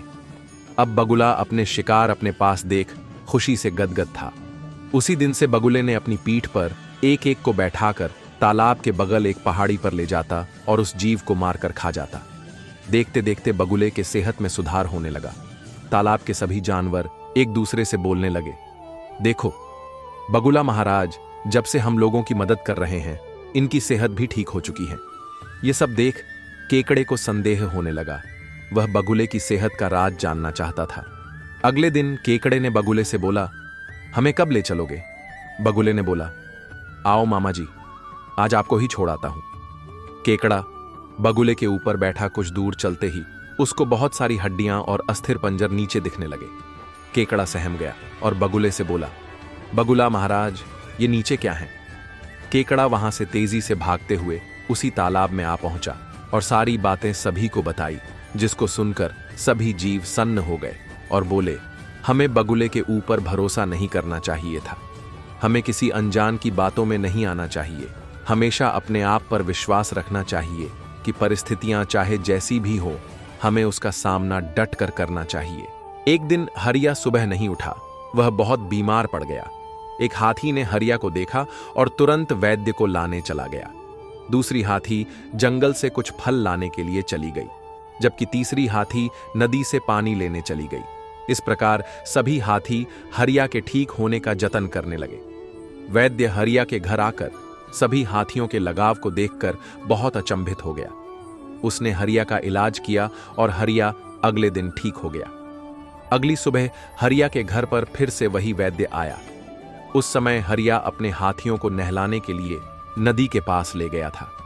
नदी से लौटने के बाद हरिया अपने घर पर वैद्य को देखा और आने का कारण पूछा। हरिया इसके पहले वैद्य से कुछ पूछता, वैद्य ने बोलना शुरू कर दिया, हरिया तुम कितने भाग्यशाली हो। आज के इस युग में लोगों के पास इतना बड़ा परिवार, पत्नी और बच्चे होने के बावजूद उनकी कोई देखभाल करने वाला कोई नहीं है। आपको ठीक करने के लिए तुम्हारे सभी जानवरों ने भली प्रकार से देखभाल की, जो कि बहुत ही सराहनीय है। हरिया ने बोला, मेरा जीवन इन्हीं जानवरों के लिए समर्पित है। वैद्य ने हरिया से उसके स्वास्थ्य और हाथियों से जुड़ी बहुत सारी बातें की। जानवरों के प्रति उसके लगाव को देखकर वैद्य बहुत प्रभावित हुआ। फिर वैद्य अपने घर जाने लगता है। कुछ दूर ही जाने पर अचानक वैद्य वापस हरिया के पास आकर पूछता है, मैं एक बहुत ही अहम सवाल आपसे पूछना भूल ही गया था। हरिया ने बोलो वैद्य जी, वह कौन सा सवाल है जो आप पूछना चाहते हैं? वैद्य ने हरिया को बोला, आपके पास इतने हाथी हैं जो कि बहुत शक्तिशाली होते हैं, जो एक ही झटके में बड़े से बड़े पेड़ को उखाड़ के फेंक सकते हैं। आप उनको किससे बांधते हो? हरिया मुस्कुरा के बोला, वैद्य जी, आपके इस प्रश्न का जवाब हम बोलकर नहीं, दिखा कर देना चाहते हैं। हरिया वैद्य को एक स्थान पर ले गया जहां पर वह हाथियों को बांधता था। उसने हाथियों को बांधने वाली रस्सी और एक खूंटा दिखाया, जिसको देखकर वैद्य आश्चर्यचकित रह गया। वैद्य ने हरिया से बोला, इतनी कमजोर रस्सी और खूंटे को हाथी क्यों नहीं तोड़ पाते हैं? हरिया बोला, ये वही रस्सी और खूंटा है, जब हाथी का बच्चा पैदा हुआ था तो हमने इसी में बंधा था। उस समय हाथी के बच्चे के लिए यह बहुत मजबूत था, जिसे वह बहुत प्रयास करने के बावजूद तोड़ नहीं सका था। धीरे धीरे हाथी बड़े हो गए, लेकिन उनके दिमाग में यह बात घर कर गई कि यह रस्सी और खूंटा वह नहीं तोड़ सकता। हरिया ने कहा, इसी को बोलते हैं मानसिक गुलामी। यह सभी हाथी जो काम बचपन में नहीं कर सके, अब वह बड़े होकर भी उस काम को करने का प्रयास भी नहीं करती हैं, क्योंकि इनके दिमाग में वह बात बैठ गई है कि यह रस्सी वह कभी नहीं तोड़ सकते। उसकी बात सुनकर वैद्य को बहुत बड़ी सीख मिली और वह वापस अपने घर को चला गया। नैतिक सीख, हमें कभी भी यह नहीं सोचना चाहिए कि कोई भी कार्य जो हमारे बड़े बुजुर्ग नहीं कर पाए या फिर हमने कभी करने की कोशिश की थी और नहीं कर पाया, वह कार्य मैं या कोई भी नहीं कर सकता। हमेशा अपने सोचने के तरीके को बदलो। इस दुनिया में कोई भी कार्य ऐसा नहीं है जो आप नहीं कर सकते, बस आपको सही मार्गदर्शन की जरूरत होती है। रामू नाम का एक लड़ेचका था, जो कि प्रतिदिन अपने घर से दूर रेलवे स्टेशन पर काम करने जाया करता था। रामू बहुत गरीब था। उसके पिता का देहांत हो चुका था। माँ बहुत बीमार रहती थी। उसके 2 भाई बहन भी थे। अभी रामू की उम्र बहुत छोटी थी। इतनी सारी जिम्मेदारियां होते हुए भी वह बहुत धैर्य के साथ काम लेता था। उसके घर में पैसों की तंगी के कारण ठीक से खाने पीने को नहीं हो पाता था। एक दिन रामू स्टेशन गया हुआ था। सुबह से काम करते हुए उसे शाम होने को आ गई, लेकिन उसे खाने का समय नहीं मिला। रामू शाम के समय सोचता है कि भूख लग रही, चलो कुछ खा लेते हैं। वह प्लेटफॉर्म पर बैठकर अपने साथ लाए हुए दोपहर के खाने के डिब्बे को खोलता है। वह देखता है कि उसमें सिर्फ रोटियां ही हैं, उसके साथ कोई सब्जी नहीं थी। रामू एक रोटी निकली जिसके छोटे टुकड़े किए और खाने के डिब्बे में डुबाते हुए चारों तरफ घुमाया और उसे खा लिया। इस तरह से वह रोटियों को खा रहा था। प्लेटफॉर्म पर बैठे यात्री उसे देखे जा रहे थे कि यह लड्डा हिचका ऐसा क्यों कर रहा है, जबकि इसके डिब्बे में कोई सब्जी भी नहीं है। आखिरकार एक बुजुर्ग यात्री उस लड्डे से पूछता है, बेटा, तुम इस डिब्बे में रोटी को डूबा कर क्यों खा रहे हो, जबकि तुम्हारे डिब्बे में कोई सब्जी नहीं है? रामू जवाब देते हुए कहता है कि मैं ऐसा मानता हूं कि इस डिब्बे में अचार है जिसे मैं रोटी के साथ लगाकर खा रहा हूं। बुजुर्ग अंकल कहते हैं, क्या तुम्हें अचार का स्वाद भी आ रहा है? रामू कहता है, हां, मुझे अचार का स्वाद भी आ रहा है, इसीलिए मैं खाने को बड्ढे चाव के साथ खा रहा हूं। बुजुर्ग अंकल उस लाढेके से कहते हैं, जब तुम्हें अचार का स्वाद आ रहा है तो तुम अचार ही क्यों सोचते हो? तुम इस खाली डिब्बे में हलवा, पूड़ी, मटर पनीर जैसी चीजें भी सोच सकते हो। जब बड्ढा सोचोगे तभी बड्ढा कर पाओगे। रामू के दिमाग में बुजुर्ग अंकल की बात बैठ जाती है। वह अपनी सोच को बहुत ऊंचा करता है। इसके साथ साथ वह दिन रात लगन के साथ मेहनत करने लगता है। उसके बड्ढी सोच के कारण धीरे धीरे उसके घर की परिस्थितियां बदलने लगती हैं। एक दिन ऐसा आता कि रामू शानदार जिंदगी जीने लगता है। बद्धी सोच तथा पूरी मेहनत और लगन के साथ कामयाबी को जल्द हासिल किया जा सकता है। किसी गांव में भीमा नाम का एक लकदहारा रहता था। वह प्रतिदिन जंगल से लकड़ियां काटता और उसे बेचकर अपने घर के खर्च चलाता था। सर्दी का दिन था। वह एक दिन शाम को जंगल से लकड़ियां काटकर अपने घर जा रहा था। लकदहारा को घर वापस जाते समय रास्ते में एक साधु महात्मा मिलते हैं। वे ठंड के कारण कांप रहे होते हैं। लकदहारा साधु को देखकर उनके सामने अपनी कुछ लकड़ियों को जला देता है, जिससे साधु महात्मा को ठंड से राहत मिल जाती है। लकदहारा की दया भावना देख साधु महात्मा उसको एक अंगूठी देते हुए एक मंत्र बताते हैं। साधु महात्मा लकदहारा से कहते हैं, जब भी तुम्हें पैसों की जरूरत लगे, इस अंगूठी को पहनकर यह मंत्र 3 बार बोलना है। आपके सामने पैसे का एक पेड़ उग आएगा। आप जितना चाहो उतने पैसे उसमें से ले सकते हो। लकदहारा अपने घर पहुंचकर अपनी औरत को, रतनपुर गांव में एक गड्डी ढेरिया रहता था जिसका नाम सुखदेव था। उसने एक शेर और बकरी पाल रखी थी। शेर बहुत सीधा था, वह किसी भी प्रकार का नुकसान नहीं पहुंचता था, लेकिन गड्डी ढेरिया कभी भी शेर और बकरी को एक साथ नहीं छोड़ता था। एक बार गड्डी ढेरिया शेर और बकरी को लेकर पुल के रास्ते नदी के उस पार जाता है। शाम को जंगल से वापस आते समय गड्डी ढेरिया अपने बकरी और शेर के साथ घास का एक बड्ढा गट्ठर अपने साथ लेकर आ रहा होता है। नदी के किनारे पहुंचकर देखता है कि नदी पर बना पुल टूटकर गिर गया है। अब गड्डी ढेरिया बहुत परेशान हो जाता है। वह इधर उधर देखता है। उसे नदी में एक छोटी नाव दिखाई देती है जिसमें अपने साथ किसी एक को लेकर जा सकता था, लेकिन गड्डी ढेरिया के सामने एक बड़ी समस्या यह थी कि अगर वह अपने साथ पहले चक्कर में शेर को लेकर नदी को पार करता है तो बकरी घास को वहीं खाकर खत्म कर देगी। अगर वह घास को ले जाता है तो हो सकता है शेर बकरी को खा जाए। गड्डी ढेरिया अपना दिमाग चलाता है। वह पहले चक्कर में बकरी को नाव पर बैठाकर नदी उस पार छोड़ जाया। दूसरी बार गड्ढेरिया अपने साथ शेर को लेकर नदी उस पार जाता है, जिसे छोड़ दी कर अपने साथ बकरी को लेकर वापस आता है। नदी इस पार पहुंचकर गड्ढेरिया बकरी को छोड़ दी कर घास के गट्ठर को लेकर शेर के पास छोड़ दिया आता है। आखिरी बार फिर वह नदी उस पास जाता है और अपने साथ बकरी को ले आता है। इस तरह से गड्ढेरिया अपनी चतुराई और सूझबूझ के साथ बिना किसी नुकसान के नदी के पार करके अपने घर चला जाता है। नैतिक सीख: चतुराई और समझदारी के साथ लिया गया फैसला कामयाबी की ओर ले जाती है। एक बार राजा का प्रमुख दरबारी मर गया, जो कि उसके दरबार का सबसे बुद्धिमान दरबारी था। वह राजा की बहुत अच्छी तरह से देखभाल करता था। राजा ने अपनी देखभाल करने के लिए एक नए दरबारी का चुनाव किया, जो कि हमेशा राजा के साथ रहता था। लेकिन उसके चुनाव से कुछ दरबारी नाराज थे, क्योंकि वह नहीं चाहते थे कि यह व्यक्ति राजा का प्रमुख दरबारी बने। एक दिन राजा शिकार खेल कर आया। वह बहुत थक गया था। उसने अपने दरबारी से कहा उसके सोने का बंदोबस्त किया जाए। दरबारी राजा के कमरे में गया और सोने के लिए सारी व्यवस्था कर दी। कुछ समय बाद राजा अपने शयन कक्ष में सोने के लिए आ जाता है। दरबारी शयन कक्ष के बाहर पहरा दे रहा होता है। अचानक दरबारी देखता है कि राजा के सिर के आसपास एक मक्खी मंडरा रही है। दरबारी तुरंत राजा के पास जाता है और उस मक्खी को बाहर भगाता है। लेकिन कुछ समय बाद वह मक्खी फिर से राजा के नाक के पास भिनभिना रही होती है। सिपाही उसे देख फिर से राजा के शयन कक्ष में जाता है और उसे कई बार भागने की कोशिश करता है, लेकिन वह मक्खी नहीं भागती। इस बार मक्खी राजा के नाक पर बैठी हुई होती है। दरबारी गुस्से में आकर तलवार से मक्खी के ऊपर वार कर देता है, लेकिन मक्खी उड़ाच जाती है। वह देखता है कि राजा की नाक कट गई। राजा जोर जोर से चिल्लाते हुए उठता है और सिपाही को पकड़ ड्रचकर दंड देता है। बिना समझदारी और गुस्से में उठाया गया कदम अक्सर हमें नुकसान पहुंचता है। एक समय की बात है, किसी राज्य में एक राजा रहता था। राजा बहुत न्यायप्रिय तथा दयालु था।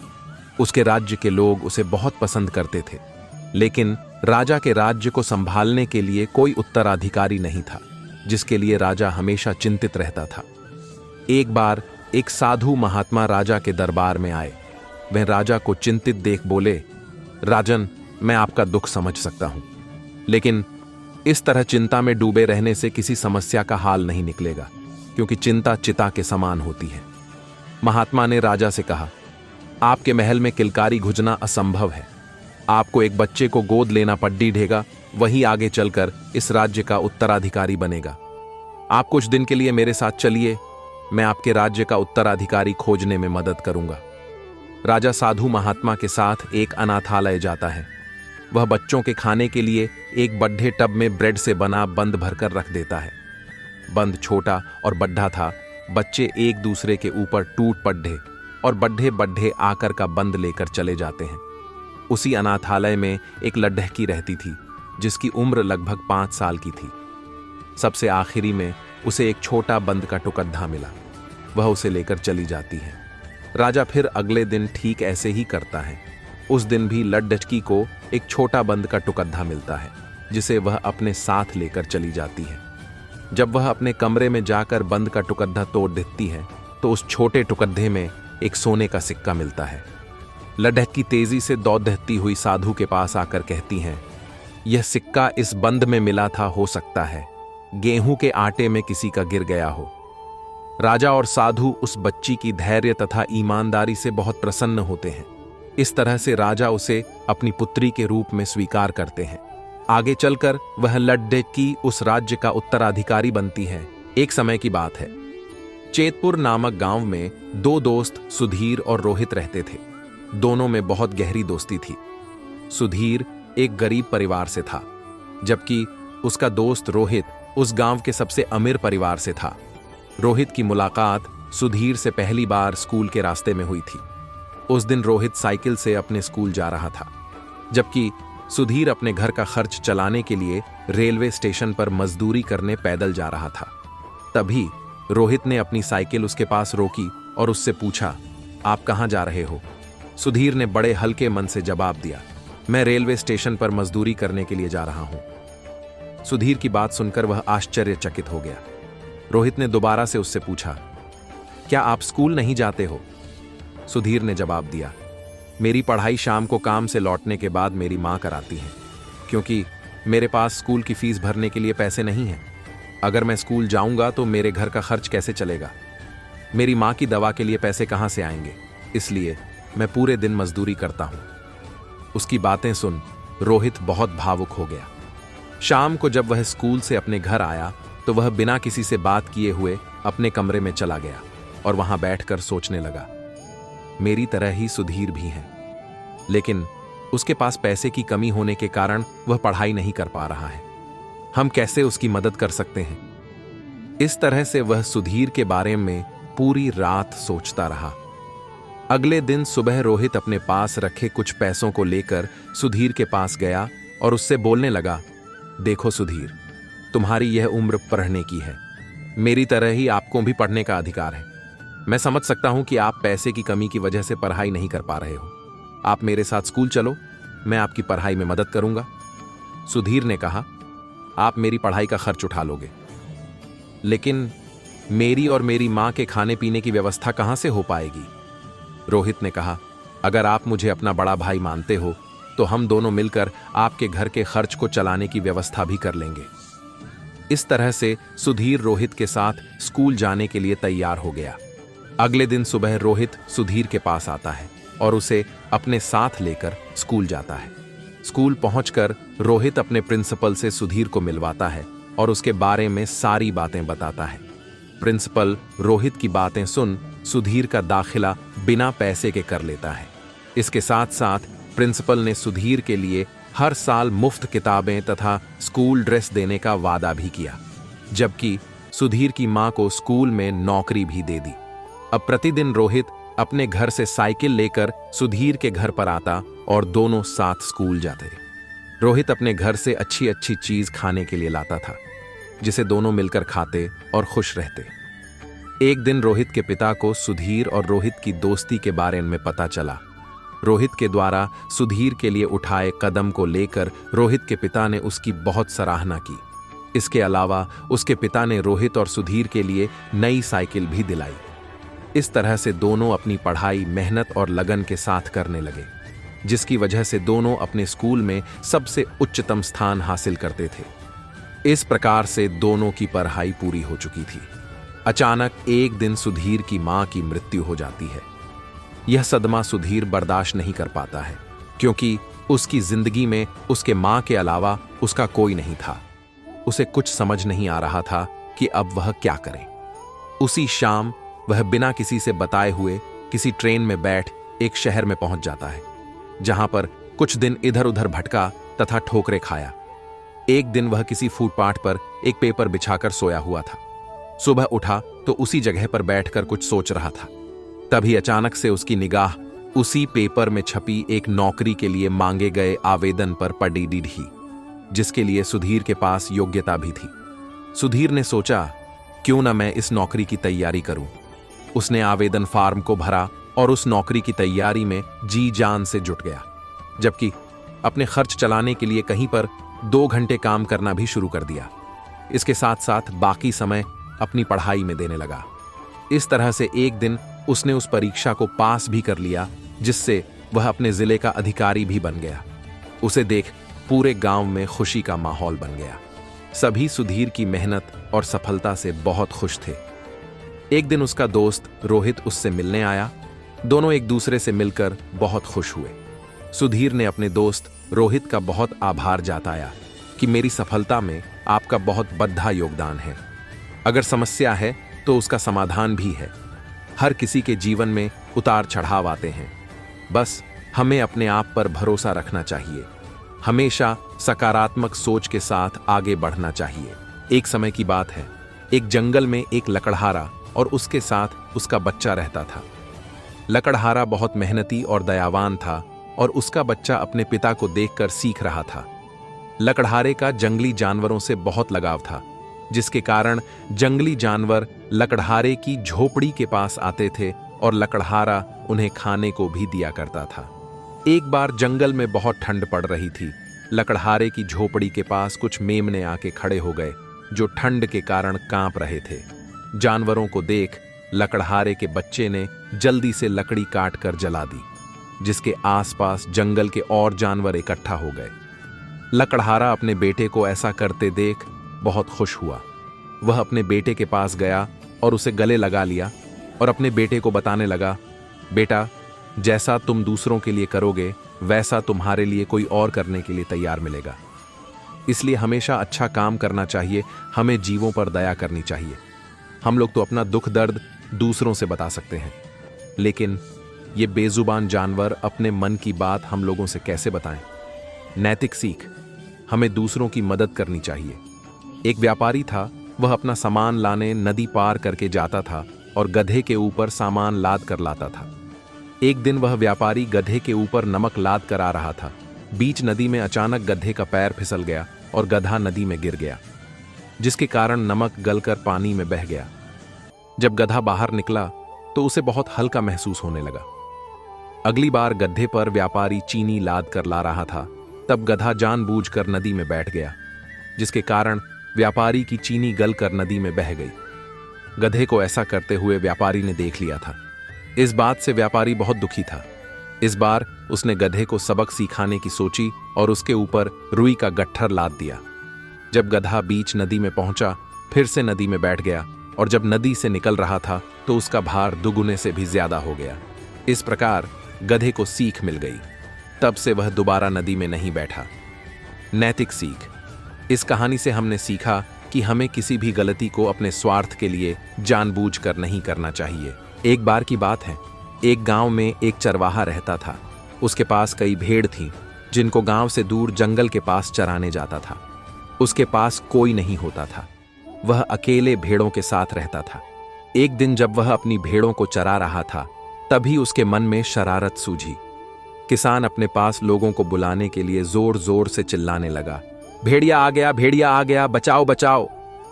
उसकी आवाज गांव वालों ने सुनी तो सभी लाठी डंडे लेकर जंगल की ओर भागे। चरवाहे के पास आकर देखा तो कुछ भी नहीं था। तभी चरवाहा जोर जोर से हंसने लगा और बोला, मैं तो मजाक कर रहा था। उसके बाद गांव के लोग उसके ऊपर गुस्सा होकर वापस घर चले गए। कुछ दिन बाद चरवाहे ने फिर वैसा ही किया और फिर से गांव वाले इकट्ठा हुए, लेकिन कोई भेड़िया नहीं आया था। सिर्फ वह अपने गांव वालों को मूर्ख बनाता था। एक बार भेड़िया सच में आ गया और उसके भेड़ों को खाने लगा और फिर चरवाहा चिल्लाने लगा, लेकिन उसे बचाने कोई नहीं आया। गांव वालों ने सोचा कि आज भी माजक कर रहा होगा, इसलिए कोई उसे बचाने नहीं गया और भेड़िया उसकी सभी भेड़ों को मारकर खा गया। नैतिक सीख, हमें किसी के साथ झूठ नहीं बोलना चाहिए और किसी के साथ विश्वासघात नहीं करना चाहिए। नदी के किनारे एक पेड़ पर बंदर तथा नदी में एक मगरमच्छ रहता था। दोनों में बहुत गहरी दोस्ती थी। बंदर मगरमच्छ को पेड़ पर लगे फल को खिलाता था, जबकि मगरमच्छ बंदर को अपनी पीठ पर बैठा के नदी की सैर कराता था। एक बार मगरमच्छ की पत्नी बोली, आपका दोस्त बंदर हम लोगों को इतने अच्छे अच्छे फल खिलाता है। एक दिन मगरमच्छ की पत्नी ने अपने पति से कहा कि बंदर प्रतिदिन ऐसे मीठे मीठे फल खाता है, जिसके कारण उसके अंदर का दिल बहुत मीठा हो गया होगा। चलो हम लोग उसके दिल को खाकर देखते हैं कि कैसा लगता है। मगरमच्छ ने अपने पत्नी के कहने पर बंदर को अपनी गुफा में बुलाया और सारी बातें बता दी। बंदर ने बहुत चतुराई से बोलते हुए कहा, एक दोस्त दूसरे दोस्त के काम ना आए तो दोस्ती कैसी? अगर आपको मेरे दिल को खाना है तो मैं जरूर दूंगा, लेकिन मैं तो अपना दिल पेड़ पर ही भूल आया हूं। मैं जाकर ले आता हूं तो तुम लोग खा लेना। यह बोलकर बंदर अपनी दुम दबाकर भाग गया और पेड़ पर चढ़ गया और बोला, तुम्हारे लिए मैंने क्या नहीं किया? अब तुम मेरे साथ ऐसा व्यवहार कर रहे हो, आज से मेरी और तुम्हारी दोस्ती खत्म। नैतिक सीख, इस कहानी से हमें यह सीख मिलती है कि परिस्थितियां कैसी भी हो, हमें घबराना नहीं चाहिए। हमें अपने दिमाग से काम लेना चाहिए। एक पेड़ पर एक चिड़िया अपने बच्चों के साथ रहती थी। चिड़िया और उसके बच्चे बहुत खुश रहते थे। एक दिन चिड़िया अपने बच्चों के लिए खाना लाने की तलाश में गई हुई थी और वापस आकर देखा तो उसके घोंसले के पास एक जहरीला सांप था जो उसके बच्चे को खाने की कोशिश कर रहा है। चिड़िया ने भरसक प्रयास किया उसको रोकने के लिए, लेकिन वह हार चुकी थी। सांप से लड़ते लड़ते उसने हिम्मत नहीं छोड़ी। यह सब आकाश में उड़ता हुआ एक चील देख रहा था। जब चिड़िया खून से लथपथ होकर गिर कर गई और सांप चिड़िया के बच्चे को खाने के लिए आगे बढ़ा ही था, तभी चील ने अपने मजबूत पंजों से सांप को पकड़कर नदी में गिरा दिया और चिड़िया के बच्चे मरने से बच गए। नैतिक सीख, इस कहानी से हमें यह सीख मिलती है, हमें अंत तक प्रयास करना चाहिए, हार नहीं माननी चाहिए। एक बहुत गरीब धोबी था। वह पूरे दिन कपड़े इकट्ठा करता और उसको ढुलकर वापस पहुंचाकर कुछ पैसे कमाता था। धोबी बहुत ईमानदार था। एक दिन उसे कपड़ों में से पैसे मिले, जिसे देख वह आश्चर्यचकित हो गया और उसके मन में सवाल आने लगा कि यह पैसे किसके होंगे। उसने सभी लोगों से पूछा और जिसके पैसे थे वह पास कर दिए। उस व्यक्ति को धोबी की ईमानदारी पर बहुत दया आई और धोबी को उन्हीं पैसों से कपड़े धुलने की कई मशीनें दिला दिया, जिससे धोबी का काम और आसान हो गया। देखते देखते उसका काम और बढ़ गया और वह एक दिन बड़ा आदमी बन गया। नैतिक सीख: ईमानदारी से किया गया काम एक न एक दिन फल जरूर देता है। दूर पहाड़ों के पास नदी के किनारे भेड़िया और ऊंट दो दोस्त रहते थे। ऊंट बहुत सीधा साधा और भेड़िया बहुत लालची और मतलबी था। एक दिन भेड़िए ने देखा कुछ पंछी और जानवर नदी उस पार से तरबूज खाकर आ रहे थे। तभी उसके अंदर लालच आई और उसने अपने दोस्त ऊंट के पास जाकर बोला कि ऊंट भैया, नदी उस पार बहुत सारे तरबूज लगे हैं, चलो हम लोग भी तरबूज खाकर आते हैं। ऊंट उसकी बातों में आ गया और उसे अपने पीठ पर बैठाकर नदी के उस पार तरबूज के खेत के पास ले गया। खेत में लगे तरबूज को देखते ही भेड़िए के मुंह में पानी आ गया और जल्दी से खेत में कूद गया और तरबूज को खाने लगा। थोड़े समय में ही भेड़िए का पेट भर गया और उसका दोस्त ऊंट अभी तरबूज खा ही रहा था। फिर भेड़िया ने सोचा, इसका पेट तो बहुत बड़ा है, ये तो एक दिन में सारे तरबूज खा जाएगा, फिर हमें नहीं मिलेगा। उसके दिमाग में शरारत सूझी। वह तरबूज को तोड़ तोड़ कर फेंकने लगा और खुशी के कारण नाचने और चिल्लाने लगा। ऊंट ने उसे ऐसा करने से माना किया तो भेड़िया बोला, हमें खाना खाने के बाद चिल्लाने और नाचने की आदत है। तभी भेड़िए की आवाज सुन बगल के खेत से किसान आ गया और ऊंट की पिटाई शुरू कर दी। यह देख भेड़िया तेजी से भाग निकला और नदी के किनारे जाकर रुका। पिटाई खाने के बाद ऊंट किसी तरह नदी के किनारे आ पहुंचा। अब दोनों नदी पार कर रहे थे। तभी बीच नदी में ऊंट बैठने लगा। उसके पीठ पर बैठे भेड़िया ने बोला, भैया ये क्या कर रहे हो? ऊंट ने बोला, मुझे खाना खाने के बाद पानी में बैठने की आदत है। और वह पानी में बैठ गया और लेटने भी लगा। भेड़िया पानी में बहते बहते बहुत मुश्किल से किनारे लगा और उसको अपने किए पर पछतावा होने लगा। नैतिक सीख: हमें किसी को धोखा नहीं देना चाहिए और किसी के सीधे पान का फायदा भी नहीं उठाना चाहिए। कुछ समय पहले की बात है, एक जंगल में एक बूढ़ा शेर रहता था। वह बहुत दयालु और सीधा था। उसे जंगल के सभी जानवर बहुत प्यार करते थे। एक दिन शेर जब अकेला सो रहा था, तब एक चूहे को मस्ती सूझी और उसने सोचा, चलो जंगल के राजा के साथ मस्ती करता हूं। और फिर वह शेर के पास गया और उसके ऊपर चढ़कर नाचने और कूदने लगा। तभी जंगल के राजा शेर सिंह की नींद खुल गई। उसने अपने नुकीले नाखून के पंजों से चूहे को दबा लिया और बोलने लगा, आज तो तुम्हें सजा मिलके ही रहेगी। यह बात सुन चूहा बहुत डर गया और रोने लगा। शेर अपनी दयालुता के कारण दूर दूर के जंगलों में बहुत प्रसिद्ध था। इसीलिए उसने चूहे को किसी भी प्रकार की हानि नहीं पहुंचाई और चूहे को छोड़ दिया। चूहा पंजे से निकलते ही शेर से बोला, आपके इस एहसान का बदला जरूर चुकाऊंगा। चूहे की इस बात पर शेर जोर से हंस पड़ा और फिर वहीं सो गया। अगले दिन शेर को शिकारियों ने जाल में फंसा लिया। सारे शिकारी शेर को जाल में फंसे देख बहुत खुश हो रहे थे। तभी वही चूहा ये सब देख अपने दोस्तों को लेकर आया और उस जाल को काट दिया और शेर जाल से बाहर आ गया। शेर को उस दिन चूहे का किया हुआ वादा याद आया। नैतिक सीख: किसी भी इंसान को छोटा या फिर बिना काम का नहीं समझना चाहिए। कौन इंसान किस समय काम आ जाए किसी को पता नहीं होता है। एक समय की बात है, रामपुर गांव में एक किसान रहता था। वह बहुत गरीब था। बड़ी मुश्किल से उसके परिवार का भरण पोषण हो पाता था। एक दिन वह मायूस होकर अपने खेत के पास बैठा था। तभी उसी रास्ते से एक संत महात्मा जा रहे थे। उन्होंने किसान से पूछा, आप इतना उदास क्यों बैठे हो? किसान ने सारी बात संत महात्मा को बता दी। उसने अपने पास से कुछ पैसे किसान को दिए और बोले, इस पैसे से आप 6 मुर्गियां खरीद कर लाओ। किसान ने वैसा ही किया। उन पैसों से मुर्गियां खरीद कर ले आया। अगले दिन उनमें से एक मुर्गी ने एक सोने का अंडा दिया। यह देख किसान और उसकी पत्नी खुशी से भर गए। प्रतिदिन मुर्गी एक सोने का अंडा देती। यह देख किसान की पत्नी के अंदर लालच आ गई। वह जल्दी आमिर बनना चाहती थी। उसने अपने पति को समझाया और बोली, ऐसे कब तक हम एक एक अंडे इकट्ठे करते रहेंगे? ऐसा करो, इसका पेट फाड़कर सारे अंडे निकाल लो।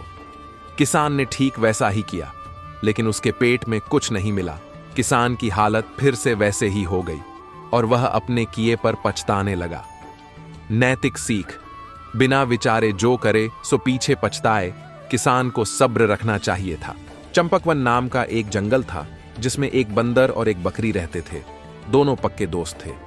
वे दोनों एक दूसरे के सुख दुख में हमेशा मदद करते थे। दोनों की दोस्ती देख जंगल के सभी जानवर उनके साथ रहना चाहते थे, क्योंकि जंगल के जानवर बंदर और बकरी से अच्छी अच्छी बातें सीखना चाहते थे। बंदर बहुत चंचल और बुद्धिमान था। वह जंगल के कोने कोने से परिचित था। एक दिन बंदर ने बकरी से बोला, तुम हर दिन जंगल की यही हरी घास और पत्ते खाती रहती हो। मेरे प्यारे दोस्त, चलो आज मैं तुम्हें इस जंगल का सबसे अच्छा फल स्ट्रॉबेरी खिलाता हूं, जो आपको बहुत पसंद आएगा। अपने दोस्त की बात सुनते ही बकरी के मुंह में पानी आ गया और अंदर ही अंदर वह सोचने लगी कि मेरा दोस्त कितना अच्छा है, जो मेरे बारे में इतना सोचता है और मेरा इतना ख्याल भी रखता है। दोनों दोस्त जंगल के किनारे पर जाते हैं, जहां पर एक पेड़ पर लाल लाल स्ट्रॉबेरी लगे होते हैं। बंदर झट से पेड़ पर चढ़ जाता है और बकरी को फल तोड़ तोड़ कर देने लगता है, लेकिन ऐसे में बहुत समय लग रहा था। तभी बंदर ने दिमाग लगाया और पेड़ की डाल को पकड़कर जोर जोर से हिलाने लगा और बहुत सारी स्ट्रॉबेरी नीचे गिर गई और उसका दोस्त उसे जल्दी जल्दी खाने लगा। उसी पेड़ पर चिड़िया का एक घोंसला भी था, जिसमें चिड़िया अपने बच्चों के साथ रहती थी। उस समय चिड़िया अपने बच्चों के लिए खाना लाने बाहर गई हुई थी। बंदर के डाल हिलाने के कारण चिड़िया के बच्चे घोंसले से नीचे गिर गए थे। ये सब बकरी देख रही थी, जो कि उसे अच्छा नहीं लग रहा था। उसने अपने दोस्त बंदर से बोला कि चिद्दिया के बच्चों को आप ऊपर घोंसले में रख दो। बंदर ने वैसे ही किया। तभी चिड़िया की माँ अपने बच्चों के पास खाना लेकर वापस आ जाती है। चिद्दिया के बच्चे इस पूरी घटना को अपनी माँ को सुना देते हैं। फिर बंदर और बकरी वहां से जाने लगते हैं। चिड़िया उन दोनों को जाते देख उनके पास जाती है और बोलती हैं कि आप लोग यही रुक जाओ, आपने हमारे बच्चे को बचाया है। आप लोग अच्छे जानवर हो, आपको यहाँ पर अच्छे अच्छे और भी फल मिल जाएंगे। चिड़िया की बात सुन बंदर और बकरी आपस में बात करने लगे। कुछ देर बाद बंदर ने चिड़िया से बोला, ठीक है, हम लोग आपके लिए कुछ दिन इसी जंगल में रुक जाएंगे। अब तीनों मिलकर खुशी से हवा में उछल पड़े और तीनों दोस्त बन गए। नैतिक सीख, हमें अपने स्वार्थ के लिए कभी किसी का अनहित नहीं करना चाहिए। बकरी और बंदर की दोस्ती से हमें सीख लेना चाहिए। जिंदगी की असली उड़ान बाकी है। जिंदगी के कई इम्तिहान बाकी हैं। अभी तो नापी है मुट्ठी भर जमीन हमने, अभी तो सारा आसमान बाकी है। कामयाब होने के लिए नहीं, बल्कि काबिल बनने के लिए पढ़ो। जब तक आप जीत नहीं जाते, तब तक किसी को आपके कहानी में दिलचस्पी नहीं होगी। इसलिए पहले जीत कर दिखाओ। बिना मेहनत के कुछ नहीं मिलता। मेहनत सफलता की कुंजी है। जब आप अपने आप पर यकीन करना सीख जाते हैं, तभी आप एक नई दुनिया की शुरुआत करते हैं। हर कठिनाई में ही अवसर छुपा होता है। इंसान को कठिनाइयों की आवश्यकता होती है, क्योंकि वे सफलता का आनंद उठाने के लिए जरूरी हैं। हिम्मत हारने वालों की कभी जीत नहीं होती। सपनों को सच करने का सबसे अच्छा तरीका है कि जाग जाओ। तुम्हारा भविष्य उन्हीं चीजों पर निर्भर करता है जो तुम आज करते हो। जीवन का आनंद लेना है तो उस वक्त का आनंद लो जब वो अभी तुम्हारे पास है। जीवन में सबसे बड़ा आनंद उस काम को करने में है जिसे लोग कहते हैं कि तुम नहीं कर सकते।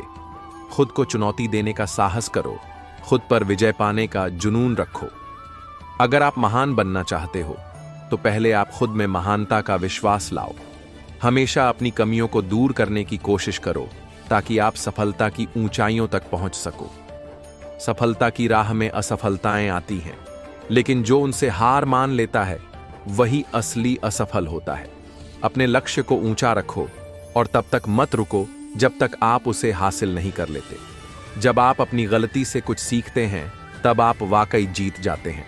जो व्यक्ति हार के डर से कभी आगे नहीं बढ़ता वह कभी सफल नहीं हो सकता। सफलता का मार्ग तभी प्रशस्त होता है जब आप खुद पर विश्वास करते हैं। जो मेहनत से डरता है वो कभी सफलता का स्वाद नहीं चख सकता। हर दिन एक नया अवसर है नई शुरुआत करने का। खुद पर विश्वास रखो, आपके अंदर की ताकत आपको आगे बढ़ने में मदद करेगी। समय की कद्र करो, यह सबसे बड़ा गुरु है। मुश्किलें सिर्फ हमें मजबूत बनाने के लिए आती हैं। हर अंधेरी रात के बाद एक सुनहरी सुबह आती है। सपने वो नहीं जो हम सोते वक्त देखते हैं, सपने वो हैं जो हमें सोने नहीं देते। आपकी सोच ही आपकी दुनिया बदल सकती है। समय कभी भी सही नहीं होता, आपको उसे सही बनाना पड़ता है। जितना अधिक आप खुद को प्रोत्साहित करेंगे, उतनी ही अधिक आपकी सफलता होगी। हर दिन कुछ नया सीखने की कोशिश करें। जीवन में असफलता सफलता का पहला कदम है। खुश रहना ही सबसे बड़ी सफलता है। जब तक आप खुद पर विश्वास नहीं करेंगे, तब तक आप कुछ नहीं कर सकते। जिंदगी में वही लोग कामयाब होते हैं जो अपने आप पर यकीन रखते हैं। मुश्किलें केवल आपके साहस की परीक्षा लेती हैं। जो लोग दूसरों को प्रेरित करते हैं, वही असली विजेता हैं। आपका भविष्य आपकी आज की मेहनत पर निर्भर करता है। खुद को बेहतर बनाने का सबसे अच्छा तरीका है खुद को चुनौती देना। हर दिन एक नया अवसर है कुछ बड़ा करने का। सैकड़ों वर्ष पहले इटली के एक छोटे से शहर में एक व्यापारी रहता था।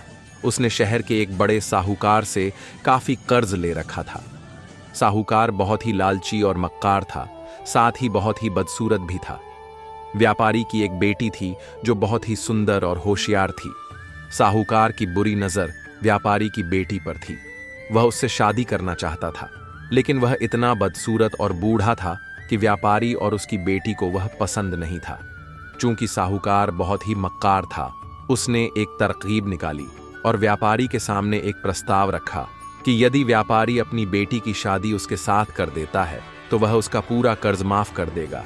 लेकिन व्यापारी नहीं माना। फिर साहूकार ने एक खेल खेला। उसने व्यापारी और उसकी बेटी के सामने एक और प्रस्ताव रखा। उसने कहा, तुम्हारे पास कर्ज से मुक्त होने का एक और रास्ता है। मैं एक थैले में एक काला और एक सफेद कंकड़ डालूंगा। तुम्हारी बेटी को उसमें से एक कंकड़ निकालना होगा। यदि सफेद कंकड़ निकला तो तुम्हारा सारा कर्ज भी माफ हो जाएगा और तुम्हारी बेटी को मुझसे शादी भी नहीं करनी पड़ेगी। लेकिन यदि काला कंकड़ निकला तो मैं तुम्हारा कर्ज तो माफ कर दूंगा, लेकिन तुम्हारी बेटी को मुझसे शादी करनी पड़ेगी। यदि तुमने मेरा प्रस्ताव नहीं माना तो तुम्हें अब भी मेरा सारा कर्ज ब्याज सहित चुकाना होगा। मजबूरन व्यापारी और उसकी बेटी को साहूकार की बात माननी पड़ी। तीनों व्यापारी के बगीचे में कंकड़ पत्थर वाले रास्ते पर गए। वहां पर साहूकार ने 2 कंकड़ उठाकर थैले में डाल दिए और व्यापारी के बेटी से एक निकालने को कहा। व्यापारी की बेटी ने देख लिया था कि साहूकार ने दोनों ही काले कंकड़ थैले में डाले थे। अब उसके पास 3 विकल्प थे। थैले से कंकड़ लेने से मना कर दे और उसके पिता को साहूकार के अत्याचार का सामना करने को छोड़ दे। दोनों कंकड़ को थैले से बाहर निकालें और धोखाधड़ी के लिए साहूकार को बेनकाब करें। अच्छी तरह से यह जानते हुए कि दोनों ही कंकड़ काले हैं, अपने पिता की आजादी के लिए खुद को बलिदान कर दे। लेकिन उसने इससे कुछ अलग किया। उसने थैले से एक कंकड़ बाहर निकाला और किसी के देखने से पहले ही नीचे गिरा दिया। वह कंकड़ डायच नीचे पड़े बाकी कंकड़ों में मिल गया। साहूकार बहुत गुस्सा हुआ, लेकिन लड़की ने बड़ी विनम्रता से कहा, देखिए, ये मेरी गलती से हुआ है, लेकिन अब भी कुछ नहीं बिगड़ा है। आप थैले में देखें तो बाकी बचे कंकड़ को देखकर पता चल जाएगा कि मैंने कौन सा कंकड़ निकाला था। साहूकार को तो पता था कि थैले में अब केवल काला कंकड़ ही था। लड़की की चालाकी पर उसे बहुत गुस्सा आया, लेकिन क्या करता, वह खुद को मक्कार साबित नहीं करना चाहता था। शर्त के अनुसार उसे व्यापारी का सारा कर्ज माफ करना पड़ा और व्यापारी की बेटी को उससे शादी भी नहीं करनी पड़ी। हमने क्या सीखा? पूरी कहानी का सारांश यह है कि जब भी हमारे सामने ऐसी परिस्थितियां आएं कि हमें लगे कि अब कोई विकल्प ही नहीं बचा है, तो हमें निर्णय लेने से पहले धैर्य के साथ विचार करना चाहिए। कोई न कोई रास्ता जरूर मिलेगा। एक छोटे से गांव में शेख चिल्ली अपने सपनों की दुनिया में खोए रहते थे। वह हमेशा कुछ नया करने की सोचते थे, लेकिन उनकी योजनाएं अक्सर हास्यास्पद तरीके से नाकाम हो जाती थीं। एक दिन शेख चिल्ली ने सोचा कि वह राजा के दरबार में नौकरी करेंगे। उन्हें लगा कि राजा को उनकी बुद्धिमानी और चतुराई देखकर जरूर प्रभावित होना चाहिए। सुबह सुबह शेख चिल्ली तैयार होकर राजा के महल की ओर चल पड़े। रास्ते में उन्हें एक सिपाही मिला जो गश्त पर था। सिपाही ने शेख चिल्ली को देखकर पूछा, कहाँ जा रहे हो शेख चिल्ली? शेख चिल्ली ने बड़े गर्व से जवाब दिया, मैं राजा के दरबार में नौकरी मांगने जा रहा हूं। मुझे यकीन है कि राजा मेरी काबिलियत देखकर मुझे दरबार का सबसे खास आदमी बना देंगे। सिपाही ने मुस्कुराते हुए कहा, अच्छा, तो क्या तुम वाकई इतने काबिल हो? शेख चिल्ली ने छाती चौड़ी करते हुए कहा, मेरी काबिलियत का अंदाजा तुम मेरे सवालों का जवाब देकर लगा सकते हो। अगर तुमने मेरे सवालों का जवाब सही दिया तो मैं मान लूंगा कि तुम भी बुद्धिमान हो, और अगर नहीं तो मुझे राजा की नौकरी के लिए रास्ता दे देना।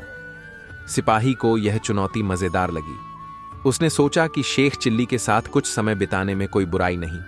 उसने कहा, ठीक है, पूछो, मैं तैयार हूं। शेख चिल्ली ने पहला सवाल पूछा, बताओ, दुनिया में सबसे ताकतवर चीज क्या है? सिपाही ने सोचा और कहा, बुद्धि, क्योंकि ताकतवर इंसान भी बुद्धिमान नहीं होगा तो उसका बल बेकार हो जाएगा। शेख चिल्ली ने सिर हिलाते हुए कहा, गलत, दुनिया में सबसे ताकतवर चीज भूख है। भूख के आगे राजा भी झुक जाते हैं। सिपाही हंसने लगा। उसने कहा, यह तो तुम्हारी अपनी सोच है, अगला सवाल पूछो। शेख चिल्ली ने दूसरा सवाल किया, बताओ, आसमान में कितने तारे हैं? सिपाही ने हंसते हुए जवाब दिया, यह तो कोई नहीं गिन सकता, तारे अनगिनत हैं। शेख चिल्ली ने सिर हिलाया और कहा, गलत, मैं तारे गिन सकता हूं, लेकिन उसके लिए पहले मुझे गिनने का मेहनत आना चाहिए। सिपाही अब समझ गया कि शेख चिल्ली कितने अनोखे इंसान हैं। उसने मुस्कुराते हुए कहा, अच्छा, आखिरी सवाल पूछो। शेख चिल्ली ने तीसरा और आखिरी सवाल किया, अगर एक घोड़ा, एक ऊंट और एक इंसान दौड़ में भाग लें तो कौन जीतेगा? सिपाही ने कहा, यह उनकी रफ्तार पर निर्भर करता है। घोड़ा तेज हो सकता है, ऊंट धीमा होगा और इंसान उनकी तुलना में और भी धीमा।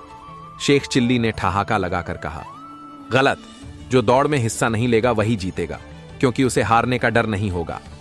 सिपाही अब पूरी तरह हंसते हंसते लोटपोट हो गया। उसने शेख चिल्ली की पीठ थपथपाई और कहा, तुम सच में अनोखे हो, राजा तुम्हें जरूर पसंद करेंगे। सिपाही ने शेख चिल्ली को महल तक पहुंचने में मदद की। शेख चिल्ली दरबार में गए और राजा से मिले। राजा ने उनसे पूछा, तो तुम कौन हो और दरबार में क्यों आए हो? शेख चिल्ली ने बड़े गर्व से कहा, मैं शेख चिल्ली हूं, मैं दुनिया का सबसे बड़ा बुद्धिमान व्यक्ति हूं। मैं आपकी मदद करने और आपके दरबार को खुशहाल बनाने आया हूं। राजा ने कहा, ठीक है, अगर तुम इतने बुद्धिमान हो तो मुझे यह बताओ कि मेरी टोपी का वजन कितना है? शेख चिल्ली ने तुरंत कहा, महामहिम, आपकी टोपी का वजन उतना ही है जितनी आपकी प्रतिष्ठा। अगर आपकी प्रतिष्ठा बढ़ेगी तो आपकी टोपी का वजन भी बढ़ेगा। राजा हंस पड़े और बोले, शेख चिल्ली, तुम बहुत मजाकिया हो। तुम्हें दरबार का सलाहकार नहीं बल्कि मनोरंजनकर्ता बना देते हैं। दरबार में हर किसी को हंसाने के लिए तुम्हारी जरूरत है। इस तरह शेख चिल्ली को राजा के दरबार में नौकरी मिल गई, लेकिन जैसा कि उनकी आदत थी, उन्होंने वहां भी अपनी अजीब हरकतों से सभी को गुदगुदाना जारी रखा। सीख, शेख चिल्ली की इस कहानी से हमें यह सीख मिलती है कि हंसना और दूसरों को हंसाना एक बड़ी कला है। जीवन में केवल बुद्धिमानी या चतुराई ही नहीं बल्कि खुशमिजाजी भी जरूरी है। हमें दूसरों के साथ सकारात्मकता और हंसी मजाक बांटना चाहिए। साथ ही हमें यह भी समझना चाहिए कि हर किसी की सोच अलग होती है और हमें इसे स्वीकार करना चाहिए। शेख चिल्ली की कहानियां न केवल हमें हंसाती हैं बल्कि यह भी सिखाती हैं कि जिंदगी को हल्के फुल्के अंदाज में लेना चाहिए। छोटी छोटी बातों में खुशी ढूंढनी चाहिए और हर परिस्थिति में मुस्कान बनाए रखनी चाहिए। यही जीवन का असली आनंद है। एक बार बादशाह अकबर, बीरबल और सभी मंत्रीगण दरबार में बैठे हुए थे। सभा की कार्यवाही चल रही थी। एक एक करके राज्य के लोग अपनी समस्याएं लेकर दरबार में आ रहे थे। इसी बीच वहां एक व्यक्ति दरबार में पहुंचा। उसके हाथ में एक मर्तबान था। सभी उस मर्तबान की ओर देख रहे थे। तभी अकबर ने उस व्यक्ति से पूछा, क्या है इस मर्तबान में? उसने कहा, महाराज, इसमें चीनी और रेत का मिश्रण है। अकबर ने फिर पूछा, किस लिए? अब दरबारी ने कहा, गलती माफ हो महाराज, लेकिन मैंने बीरबल की बुद्धिमत्ता के कई किस्से सुने हैं। मैं उनकी परीक्षा लेना चाहता हूं। मैं यह चाहता हूं कि बीरबल इस रेत में से बिना पानी का इस्तेमाल किए चीनी का एक एक दाना अलग कर दे। अब सभी हैरानी से बीरबल की ओर देखने लगे। अब अकबर ने बीरबल की ओर देखा और कहा, देख लो बीरबल, अब तुम कैसे इस व्यक्ति के सामने अपनी बुद्धिमानी का परिचय दोगे? बीरबल ने मुस्कुराते हुए कहा, महाराज, हो जाएगा, यह तो मेरे बाएं हाथ का काम है। अब सभी लोग हैरान थे कि बीरबल ऐसा क्या करेंगे कि रेत से चीनी अलग अलग हो जाएगी। तभी बीरबल उठे और उस मर्तबान को लेकर महल में मौजूद बगीचे की ओर बरत चले। उनके पीछे वह व्यक्ति भी था। अब बीरबल बगीचे में एक आम के पेडिएच के नीचे पहुंचे। अब वह मर्तबान में मौजूद रेत और चीनी के मिश्रण को एक आम के पेडिएच के चारों तरफ फैलाने लगे। तभी उस व्यक्ति ने पूछा, अरे ये क्या कर रहे हो? इस पर बीरबल ने कहा, यह आपको कल पता चलेगा। इसके बाद दोनों महल में वापस आ गए। अब सभी को कल सुबह का इंतजार था। अगली सुबह जब दरबार लगा तो अकबर और सारे मंत्री एक साथ बगीचे में पहुंचे। साथ में बीरबल और रेत व चीनी का मिश्रण लाने वाला व्यक्ति भी था। सभी आम के पेडिएच के पास पहुंच गए। सभी ने देखा कि अब वहां सिर्फ रेत पद्धी हुई है। दरअसल रेत में मौजूद चीनी को चींटियों ने निकालकर अपने बिल में इकट्ठा कर लिया था और बची खुची चीनी को कुछ चींटियां उठाकर अपने बिल में ले जा रही थीं। इस पर उस व्यक्ति ने पूछा, चीनी कहां गई? तो बीरबल ने कहा, रेत से चीनी अलग हो गई है। सभी जोर जोर से हंसने लगे। बीरबल की यह चतुराई देख अकबर ने उस व्यक्ति से कहा, अगर अब तुम्हें चीनी चाहिए तो तुम्हें चींटियों के बिल में घुसना पड़ेगा। इस पर सभी ने फिर से ठाका लगाया और बीरबल की तारीफ करने लगे। कहानी से सीख, किसी को नीचा दिखाने का प्रयास आपके लिए हानिकारक हो सकता है।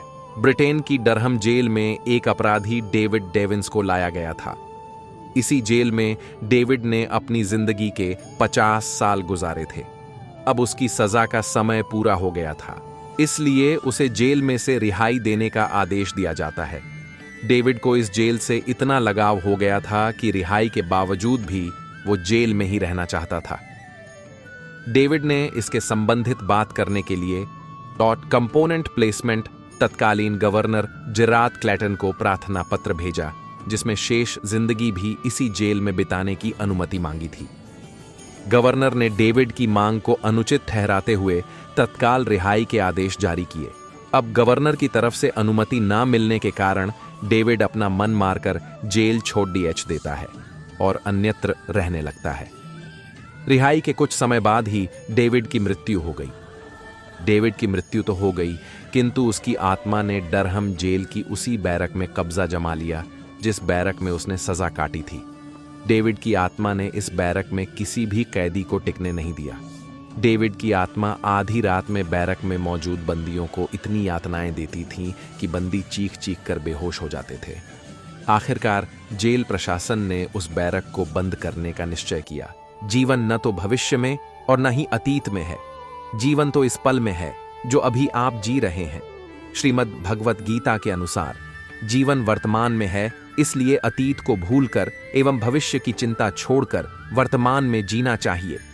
न भूत की सोचो, न भविष्य की चिंता करो, अपने दिमाग को वर्तमान में लगाओ। बौद्ध धर्म के संस्थापक भगवान गौतम बुद्ध जी ने भी कहा है कि अपने दिमाग को वर्तमान में लगाना चाहिए। अतीत के बारे में सोचने या भविष्य की चिंता करने से कोई फायदा नहीं है। जीवन में हर इंसान की लाइफ में 3 समय होते हैं: अतीत, वर्तमान एवं भविष्य। अतीत वह समय होता है जो कि गुजर गया होता है, यानी जिस जीवन या समय को आप जी चुके होते हैं। जैसे कि आज का वर्तमान कल के लिए अतीत होता है, आज का समय वर्तमान होता है एवं आने वाला समय आपका भविष्य होता है। मेरा मानना है कि हर इंसान को वर्तमान में जीना चाहिए। वर्तमान में किए गए प्रयास भविष्य के लिए सुखद परिणाम लेकर आते हैं। कोई ऐसा काम करे जो अभी तक आपको डराता हो। हर महीने एक चुनौती।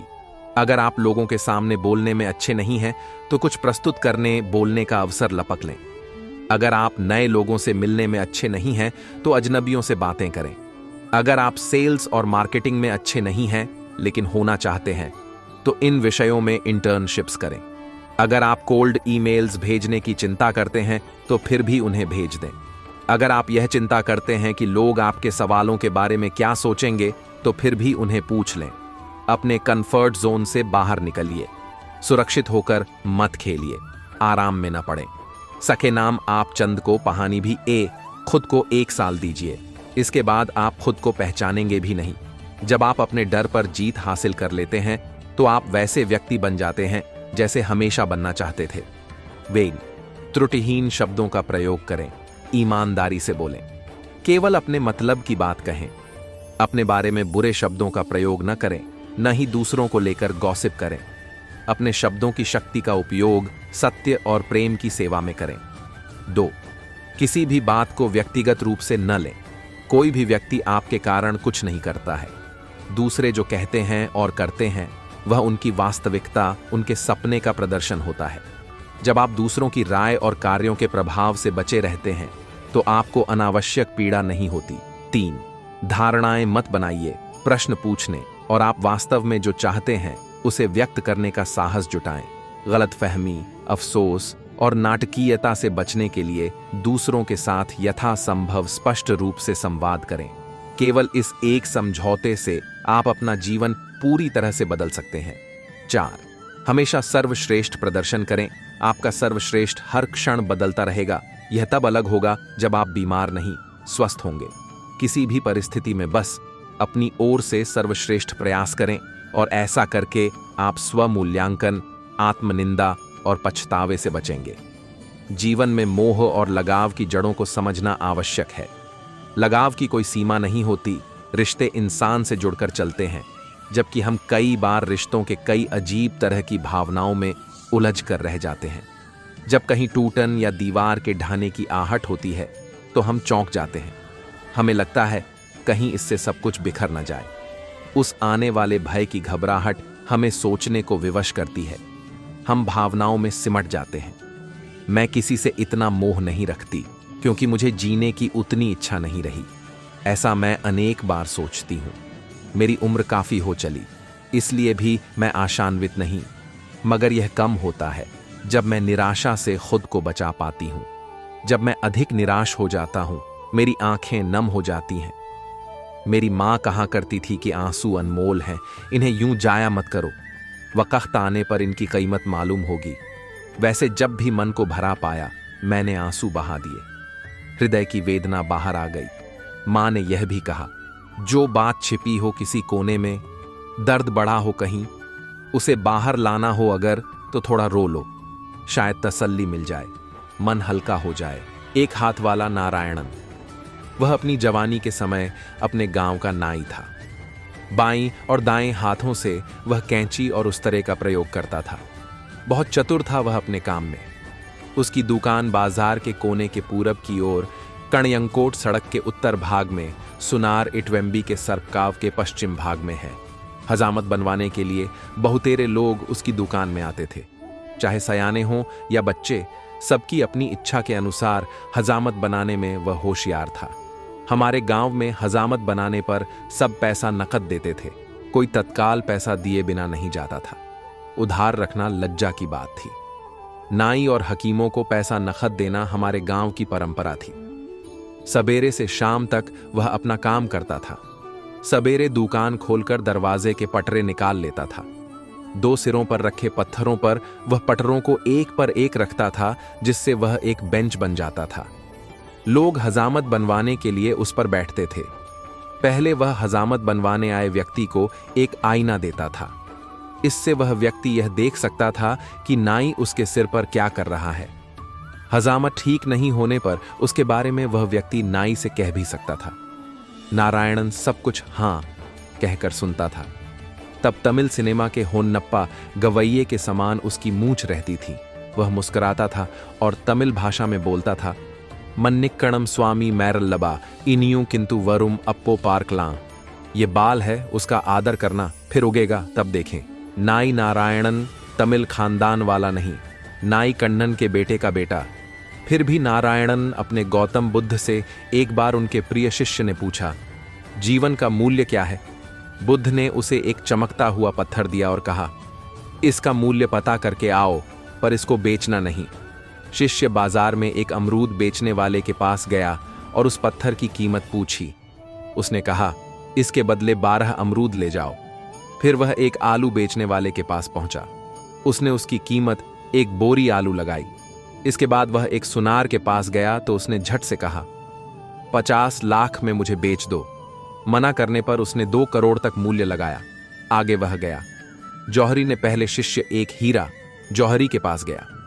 जौहरी ने पहले एक लाल कपड़ा की रूबी थी, उस पर रखकर उसकी परिक्रमा की और माथा टेका। फिर कहा, कहां से ले आए ये बेशकीमती रूबी? इस पूरे राज्य को बेचकर भी इसकी कीमत नहीं लगाई जा सकती। हैरान परेशान शिष्य बुद्ध के पास पहुंचा और सारी बात बताई। बुद्ध ने कहा, जीवन रूबी है, पर ध्यान रखना कि सामने वाला अपनी हैसियत, अपने ज्ञान और अपनी समझ से ही तुम्हारी कीमत लगाएगा। अक्सर हम हताश हो जाते हैं जब कोई हमारी सही कीमत नहीं आंकता।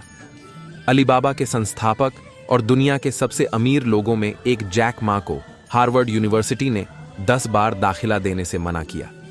नौकरी के लिए वह 30 से ज्यादा बार ठुकराए गए, मगर जैक मा ने अपनी निगाहों में अपना मूल्य कभी कम नहीं होने दिया। बर्नार्ड शॉ एक चेतावनी अक्सर देते थे, आपको आंकने की कोशिश करने वाले हजारों मूर्ख हैं, आपको उन मूर्खों में शामिल नहीं होना है। रमा था उस छाया, फिर उस पत्थर को, जो सेब या घोड़ा एक राजा की इच्छा यह जानने की है कि राज्य के लोगों की घर गृहस्थी पति से चलती है या पत्नी से। इसके लिए उसने एक सर्वे कराया। राजा ने ऐलान कराया कि जिसके घर में पति का हुक्म चलता हो उसे मनपसंद घोड़ा इनाम मिलेगा। जिसके घर में पत्नी की सरकार हो वह एक सेब ले जाए। एक के बाद एक सभी सेब उठाकर जाने लगे। राजा को चिंता होने लगी, क्या मेरे राज्य में सभी सेब वाले ही हैं? तभी एक लंबी लंबी मूंछों वाला मोटा तगड़ा जवान आया और बोला, राजा जी, मेरे घर में मेरा ही हुक्म चलता है, लाइए एक घोड़ा मुझे दे दीजिए। राजा खुश हो गए और कहा, जा अपना मनपसंद घोड़ा ले जा। जवान काला घोड़ा लेकर रवाना हो गया, घर गया और फिर थोड़ी देर में दरबार में वापस लौट आया।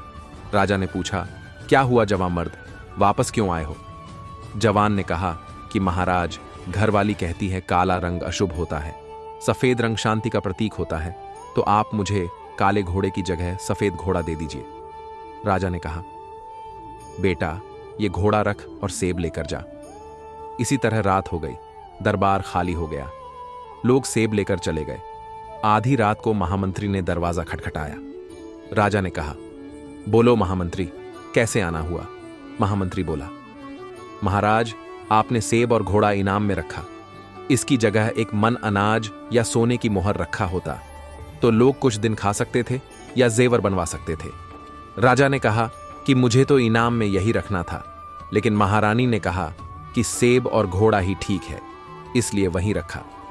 इस पर महामंत्री ने तपाक से कहा, महाराज, आपके लिए भी सेब काट दूं। राजा को हंसी आ गई। उन्होंने कहा, यह सवाल तुम दरबार में या कल सुबह भी पूछ सकते थे, तो आधी रात को क्यों आए?